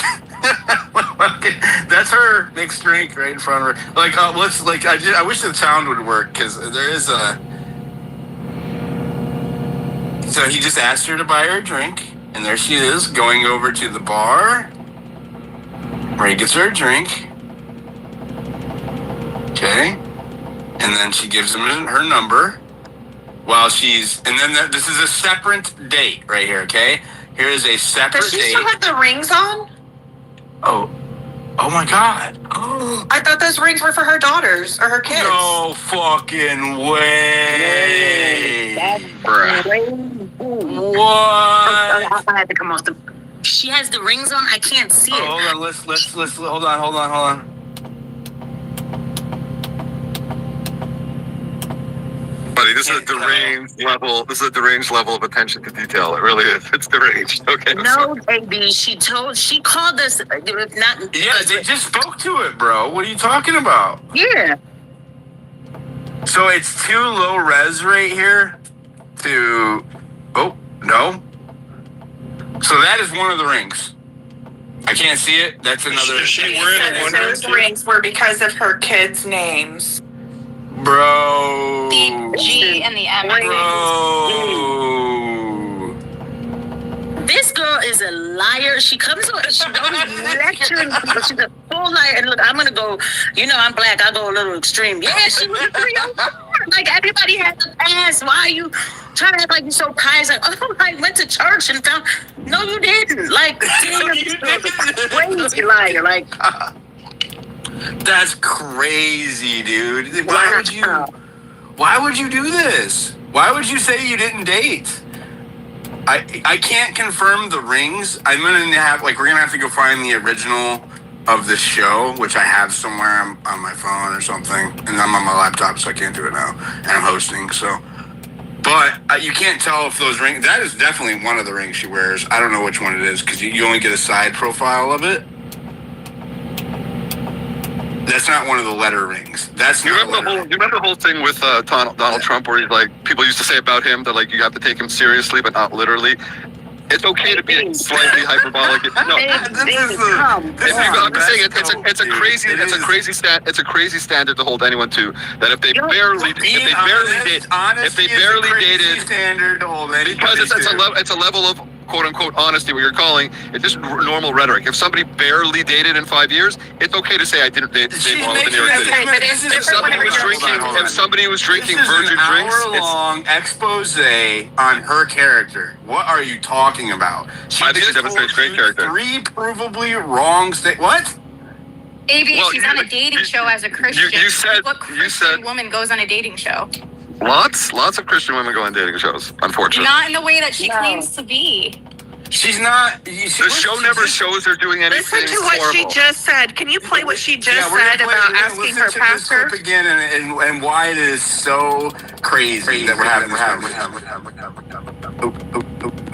Remember, none of this. That's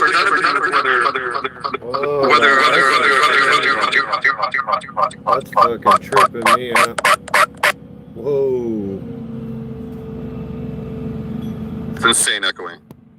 AB broke the face. Yeah, that was insane. That's what you're saying. Insane as seen her on that show.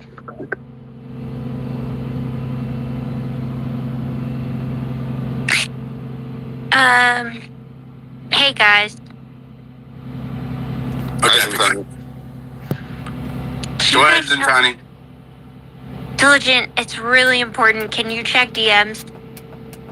I know that you are desperate to come to the defense of your fellow New York dater, but you know she's the one that came out here and said that she wasn't dating anybody, and it's provably false. So I'm gonna have to. I can't really. It's really hard for me to check DMs right now. She never said the word anybody. She just said I didn't date. Oh my God. What is the difference? If we're being legalistic, let's be legalistic. She never says the word anybody. She's like, I didn't date. And if you almost didn't date, the key word there is as a job interview. Because if you know what it is? It's like Listen, okay, stop. You can't mute. Okay? Don't mute because you're muting Brock. Well, listen. Just listen. Holier than whatever. I just don't operate that way. Holier than whatever. She's literally virtue signaling right here, okay? Now listen to what she just said. When I lived out here, I was here for 5 years. I never dated here because I saw vicariously through my roommate how terrible. I never dated here. Bro, what is this? What? You cannot make this shit up. This is gonna go so well. Listen, now we have to define the word dated, man. Let's go legalistic. We have to define the word dated. Come on. It's being on a reality show. Define the word never. No, never is good. That's a good point. And That's she blamed it on her roommate. Well, her roommate was No, she didn't blame it on her roommate. She's calling her roommate a whore, saying that she went out. Yes, she is. Joking. She's saying that he went out. Her roommate went out to dinner with this guy, went out to drinks with this guy. She's calling her roommate a whore and virtue signaling that she's never done anything. You are calling her roommate a whore. I've never dated here. I lived vicariously through my whore roommates, which is provably false. Provably. Right now. Okay, that is her drinking. Let's replay it. Did she say whore? Did she say whore? Let's replay it right now. Did she not say It would have whore? been so simple for her to just own being on a dating show. She could have easily just said, I was on this terrible dating show. I realized, I don't know what I was thinking. And she didn't do that. She played it off like she just never lived that scene. She could have just been honest and just dealt with it. But she could have not said it at all. I would have said that. I would have said That's even better. She could have just not said it at all. She comes up and she didn't just say, this girl, she's constantly lecturing people, and it's too easy to dismantle her lies. Look what she said. Oh, I looked at the way my friend did it, and it was horrible, and I didn't date here. AB's like, oh, it's not a date. And she's like trying to act like she didn't drink. Oh, maybe it's, if she's that pious, I didn't put her on that high standard, okay? I know I have a past, all right? So you will never get me to sit here and sound a certain Exactly. So with that said, she Listen, if you liked her, you wouldn't be nitpicking. You know you wouldn't. You're not nitpicking Candace like that. I can nitpick Candace to hell and back. The reason why she is being presented to the public like this is because she's in a position of immense influence, and they want you to think that she has a good enough character to be in that position. Okay, which is obviously not very sound. Okay, so it's at the very crux of why they're doing a town hall with Erika Kirk. Sorry, that's a fact. And let me just answer AB, because I think you said that because of something about Candace being black, I wouldn't nitpick her. You kidding me? I'd like No, not black. I said you guys like nothing about her being black. All right, bro, forget that. I got 17 videos nitpicking Candace. But we know that Erika's not the best speaker. I mean, she's really. I'm not done yet. I'm not done because there was another thing By she not did. the best, you mean honest? Listen, there was another thing she got those Egyptian planes. I don't like. She argued a semantic over. I have a lot more notes that I took, but I'll just say this. So here she is. Hold on. Here she is, not even a week ago, telling you something that's provably false. But we should all just take her word that she's being upfront with all of the information surrounding Charlie's death. About TPUSA's financials, like this, about what she's been told about from the doctor or from. Hold on, bro. Hold on. Okay, I'm just saying. I mean, if she is out here a week ago telling you something that is provably false, why exactly should I believe her about anything else? Well, by that standard, if Candace has said dozens, if not hundreds of things that are provably false, why are we believing a fucking word that she said? But Candace isn't telling you about. Hold on. There is a difference between being incorrect and telling somebody a falsehood about your history, right? You're speaking to your own character, right? She's speaking to her own character right now. So there is a huge difference between, describing an event and what you may or may not believe about what happened to Charlie Kirk, and then saying, you know what? Before I met Charlie, I was this good little angel that never did anything wrong. I never went on any dates. I never had any drinks, unlike my roommate. You know what I mean? Like, there's a little bit of a difference there. So again, right? Why should I believe anything out of her mouth now? Candace fails that statement too. Candace said this is a false equivalency. We're not watching a podcast. It's an equivalency. It's not a false equivalency. It's just an equivalency. This is a straw man, right? Hold on. I'm not done. Okay. Candace Owens is not having a town hall right now on CBS. Erika Kirk is having a town hall on CBS. Can we agree on that? I don't see how that's relevant at all. What do you mean? How is it not? Look at I don't see how the CBS town hall is relevant. How the fuck is that relevant? Why are they having a town hall, AB? Why? Because her husband was just assassinated, and we have deranged crazy heads like Candace and Tucker, etc. We're making and diligent. We're making everybody. Okay, so let's go back to my question. Let's go back to my question. Why? If just in this show, not even a week old, and she said something about her character that is provably false, why should I believe any other word out of her mouth? Give me one good reason. Well, we don't know it's provably false, but more importantly, if Candace said... What do you mean? What? It's on you haven't proved... Hold on. You haven't proved that she drank alcohol. We just proved that she was drinking. She's on a date. It's not clear it's a date. She never dated in New York. It's not clear it's a date. It's not clear it's a date. It's not clear it's a date. And it's good enough. It's good enough. Listen. Okay. I look at the overall veracity. The overall veracity. Give me one. You didn't hear it. Like, let's just forget the rest of the bullshit you just said. But what? Give me one good reason why I should believe anything she says.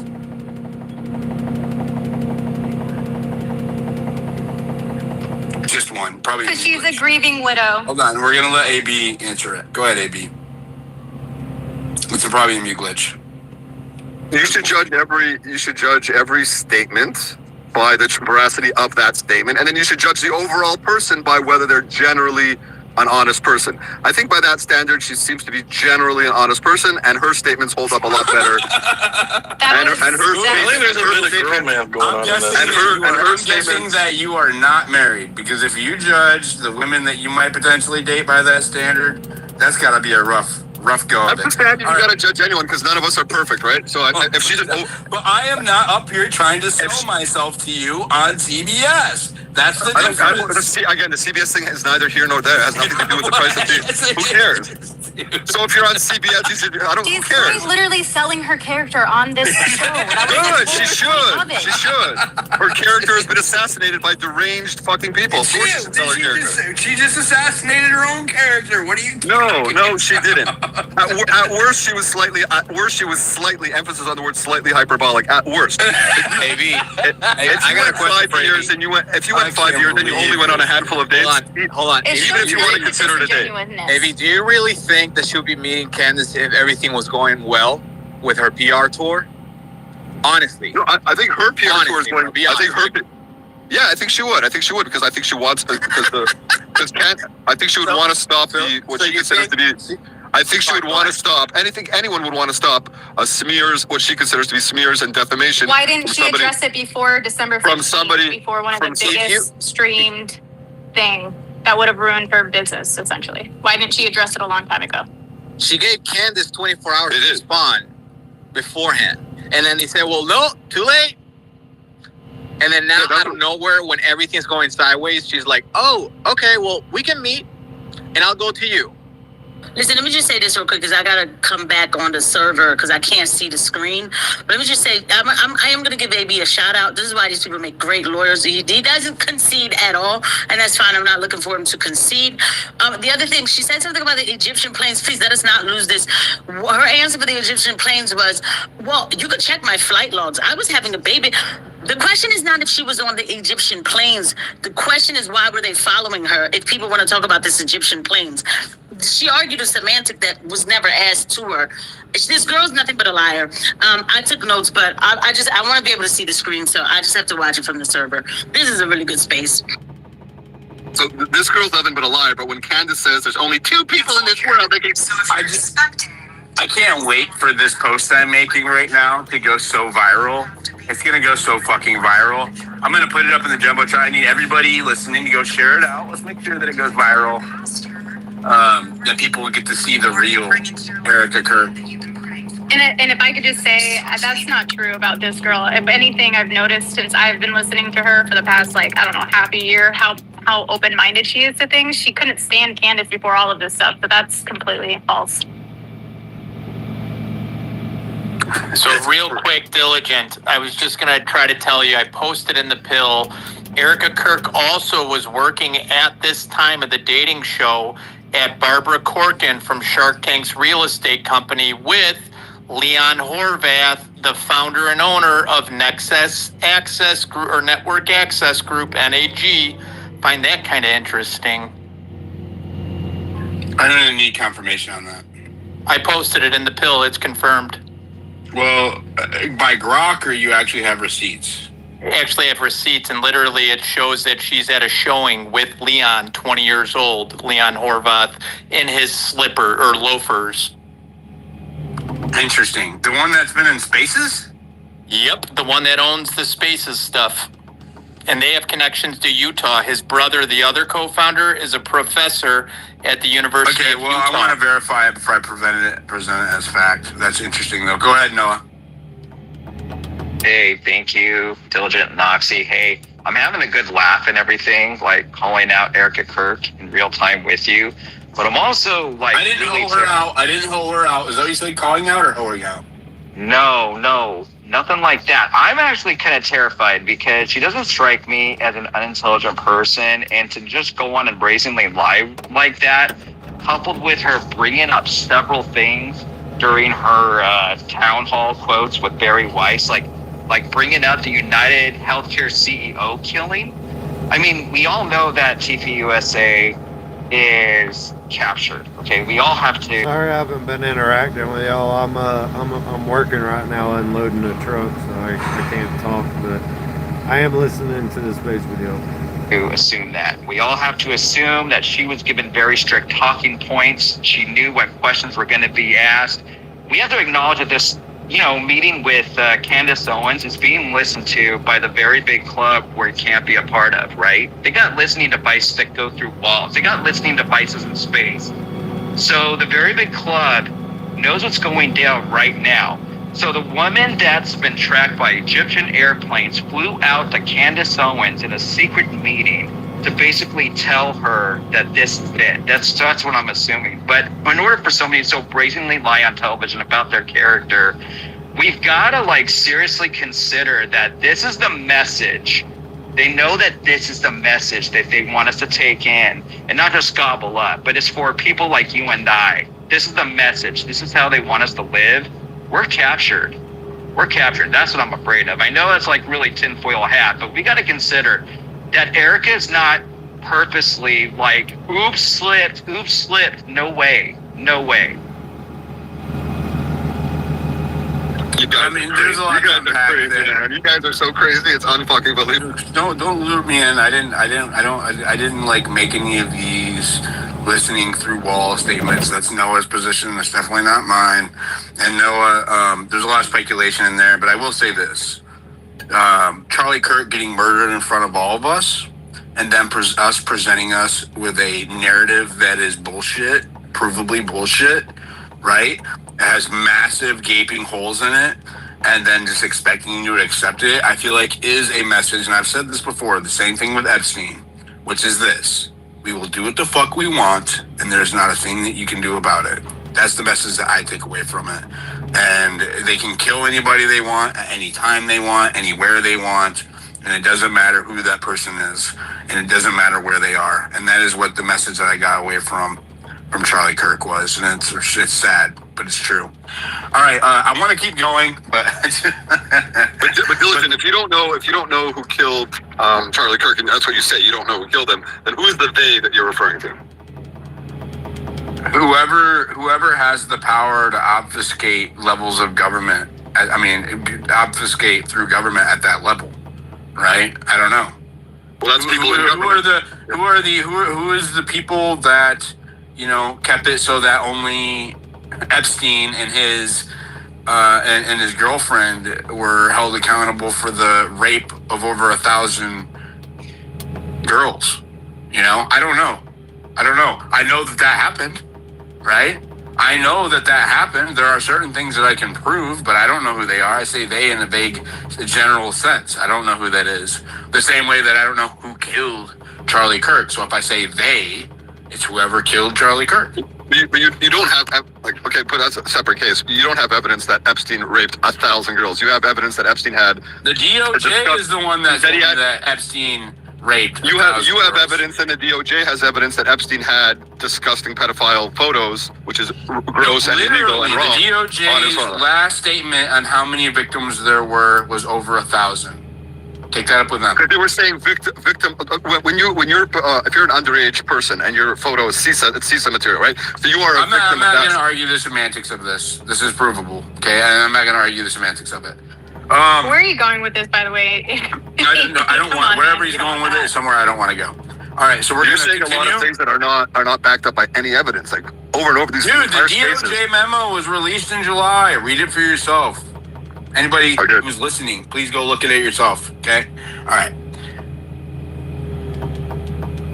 Drinks was the replacement of having coffee and breakfast. I personally would rather have coffee or brunch with someone than go. I don't drink. I find it unproductive, not because I'm holier than whatever. I just don't operate that way. But I always thought it was very strange how she would go to drinks with one guy and then go to dinner with another. So it goes twofold here. So if you're real quick, AB, is she out to coffee or is she out to brunch right now? I'm just kind of curious. Which one of those would you call this situation? Is that coffee or is that? Again, you would never judge yourself by the standard. Nobody judges themselves by. If you generally do something overwhelmingly 95% of the time, but then you once or twice. No, not at all. She said, I'm not judging her. She's like, just that's not the way to meet a good Christian husband. And she's right.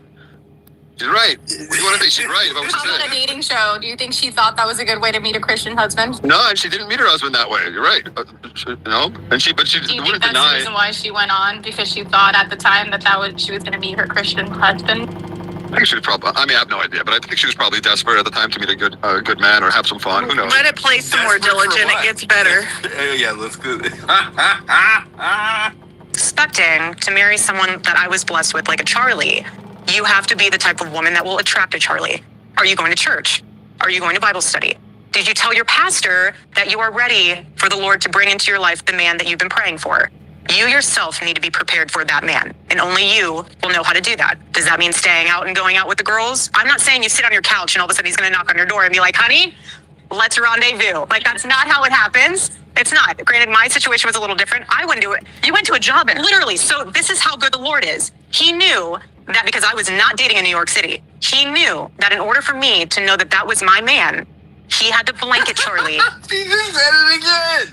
She just said it again. Keep on going. She invoked the Lord's name, bro. Come on. AB, dude. What? She invoked the Lord's name to say the Lord was good to me. She said the Lord was good to me. Why are you upset about that? I don't. Buddy, you've decided to make her an object of hate and then hate everything that she says, like nitpick every word. Hate her. That's the way derangement syndrome works. You decide you hate somebody, and then everything that comes out of their mouth, you hate. Awful. You have Erika Kirk. Listen, she is blatantly lying right now. Blatant, dude. It's not even. Do you know what I mean? Like, look. Oh. Oh my God. Okay. All right. Let's check and see if his post went viral real quick. 248, just in case.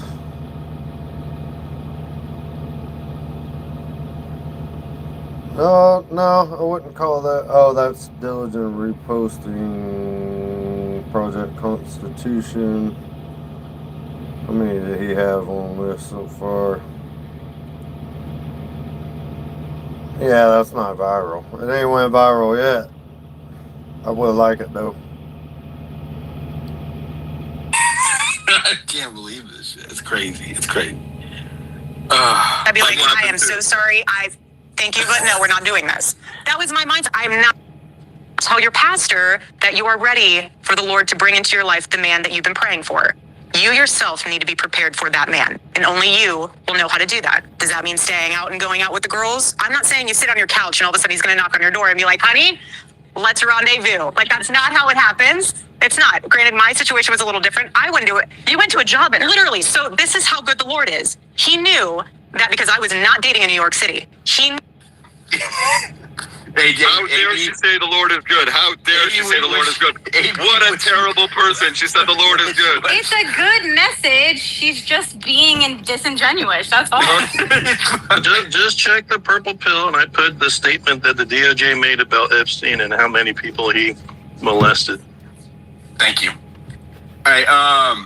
In the purple pill, you said, or in the AB? Did she say? Yeah, in the purple pill. Did she say that she did not date in New York City? She did, yeah. Is that true? I don't know. You don't know? I still haven't seen this show. I haven't seen the show. I showed you on the video. Not every social interaction with a person of the opposite sex is a date necessarily. It is. It is a dating show. But maybe she didn't consider it a date. She look. Okay, was she ever in private with the guy? She went on 2 dates with this guy in the same episode. Okay. She went on 2 dates. Here's the one where she's out with everybody else, which you could say was socializing, right? This is where she met the guy at the behest of her friend. Where's her friend? Okay, there's her friend. Okay, that's her roommate, her friend, or whatever. The one she alluded to being a hoe. Okay, and then we. No, that's your inference. That's your inference, brother. Sorry. That's alluded. Okay, and then, what is this? There's the exchange of the numbers, and then, voila, the date. Just her, just him, having dinner, a date, okay, with her big old rings. And that show was from 2019? That show was 2019? Yes, sir. Yep. All right. Yeah, and I'll even tell you, I want you to look it up. It's called Summer House, and it is season 3, episode 11 and 12. I'm sorry, 2018. 2018. She was in New York for 4 or 5 years. That's her words, not mine. Okay? And this is right before she met Charlie. Literally, right before she met Charlie. So, did she date in New York? Yes or no? I'm going to say I don't know.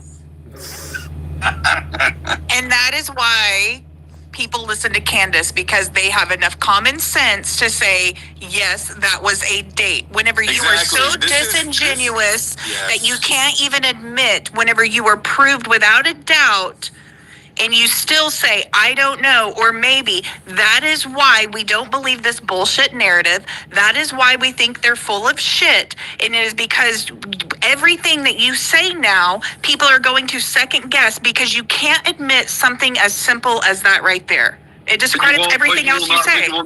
But you will not hold your hero, the deranged Candace Owens, to the same standard. I am holding you to that standard. And that's the way biased, deranged people work. I know. I am holding you to that standard.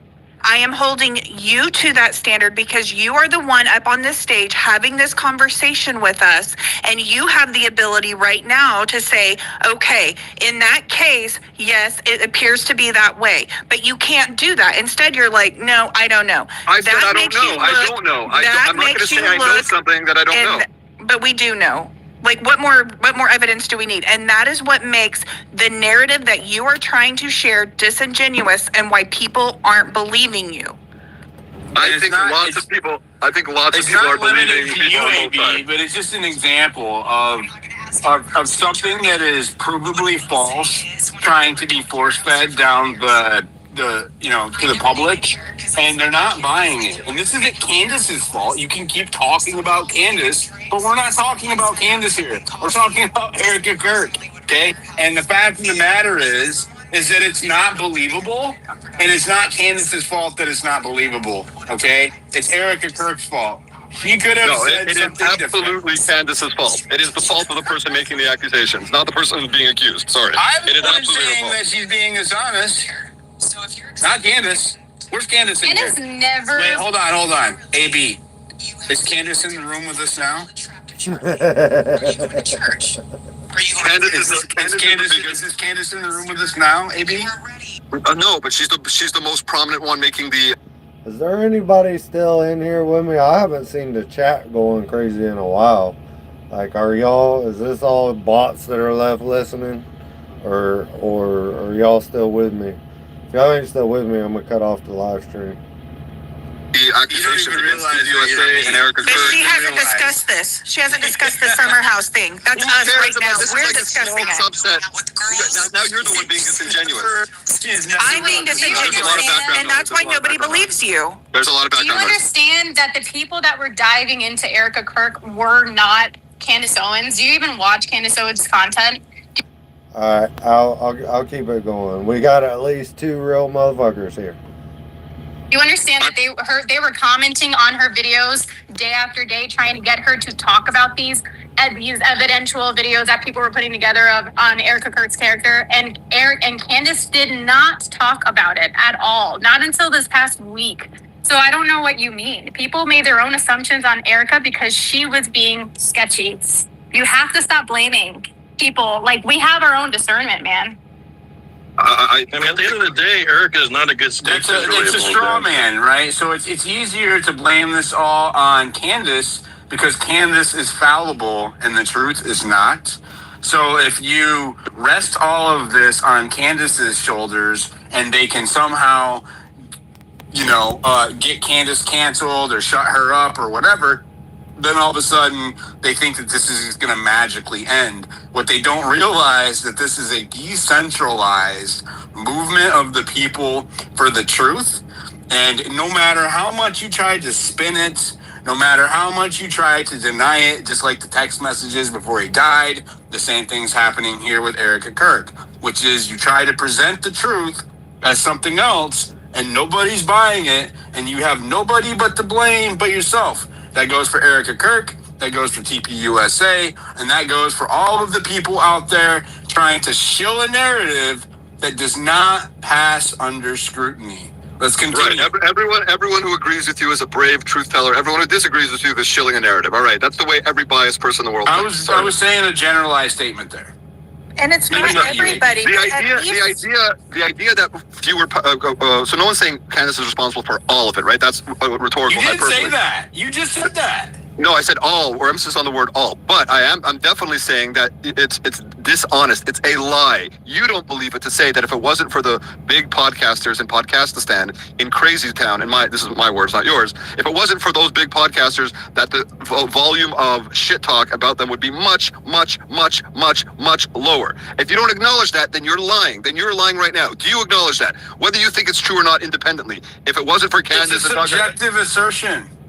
Do you agree with that? Do you agree with that subjective? Do you agree with that subjective assertion or not? Because I disagree, and I'll tell you why. Because I didn't listen to Candace at all before Charlie Kirk was assassinated, and I didn't start listening to her until almost a month after he was dead.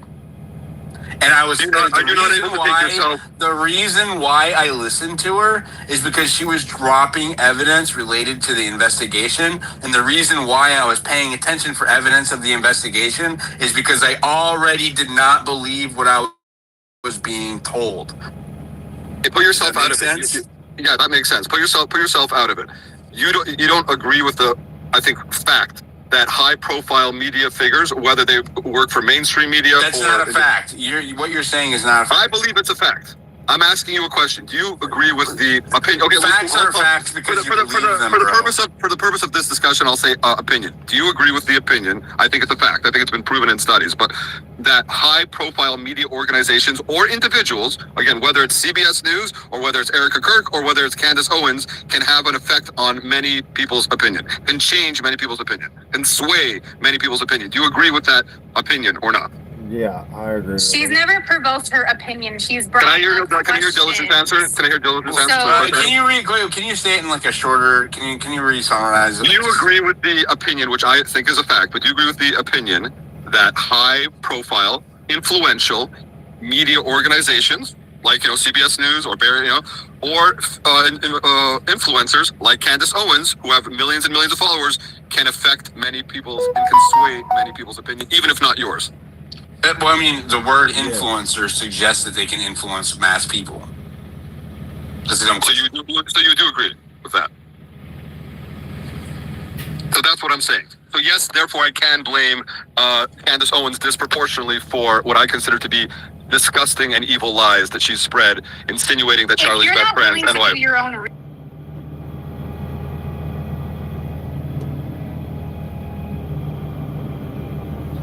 Well, I messed up. My bad. 259. 259. 259.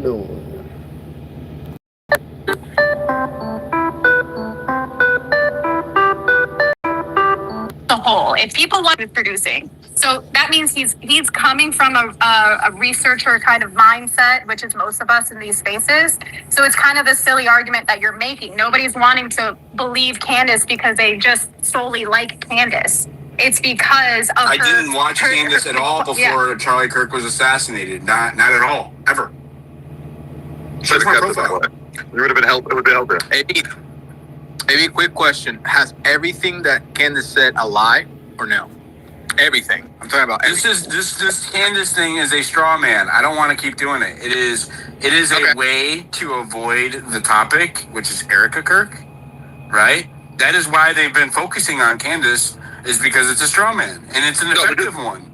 It's an effective one. That's what AB is doing right now. Okay, I'm going to call it out. He's using the same strategy that they are, making it about Candace, right? Candace's name is not in the title of this space. Candace is not in this town hall we're watching, right? We're talking about the fact that you just heard Erika Kirk repeat something a few times in a row that was provably false, right? That is what we're talking about. And whether or not you want to be in denial or not acknowledge that truth, that's up to you, AB.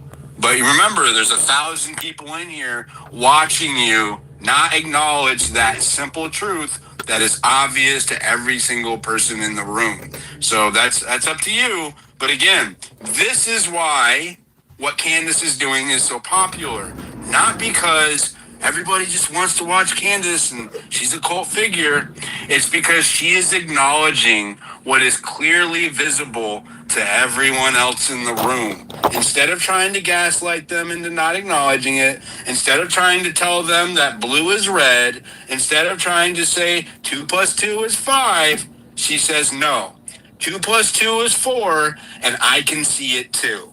Right? That is why she's so popular right now. And until everybody figures that out, they're going to continue to fail. All right, let's continue. One last statement. According to her critics, me among them, it's because Candace is doing the exact opposite, that she is saying 2 + 2 is 5, that we hate what she's doing. That's not the opposite. Denial. She's not a brave truth teller. She's a demented, evil person. Okay. AB, let me just point this out to you real quick. Before this whole series started, before she even made her statement about Charlie Kirk, and that was within a couple of days. So she didn't come on to say her statement, which was literally just a tribute. It wasn't to blame anyone at all. She took a couple of days off the internet. Within that time, Diligent was holding spaces, Ryan Matta was holding spaces, Blake was doing his research and compilating videos. Candace was nowhere to be found. When she came back on right before that, her biggest stream that she had live, because I'm an active watcher of Candace Owens, was about 80,000 viewers. Whenever she came back, because people did not believe this narrative before Candace said don't believe it, because she never said that, but whatever. She had over 300,000 viewers, okay? It wasn't like she had this cult following before this. They knew she was gonna get down to the bottom of it, so people started watching. And Diligent, I remember the picture that's been floating around with her with JT Massey, where it looks like it's an engagement photo and she's wearing the leather pants. That was in March of 2015, so that was within that 5 years as well. And the photographer herself is saying, prepping another couple's gallery for delivery with Erika and JT Massey. I forgot about that. Yeah, yes. I tried to bring that up to you before. Yeah, so that was it. That was March 16th of 2015, so well within that 5-year time frame. All right, we are 3 hours and 3 minutes into this. I did not choose that on purpose. Don't conspiracy me. I'm not part of the Kabbalah or Freemasonry or nothing.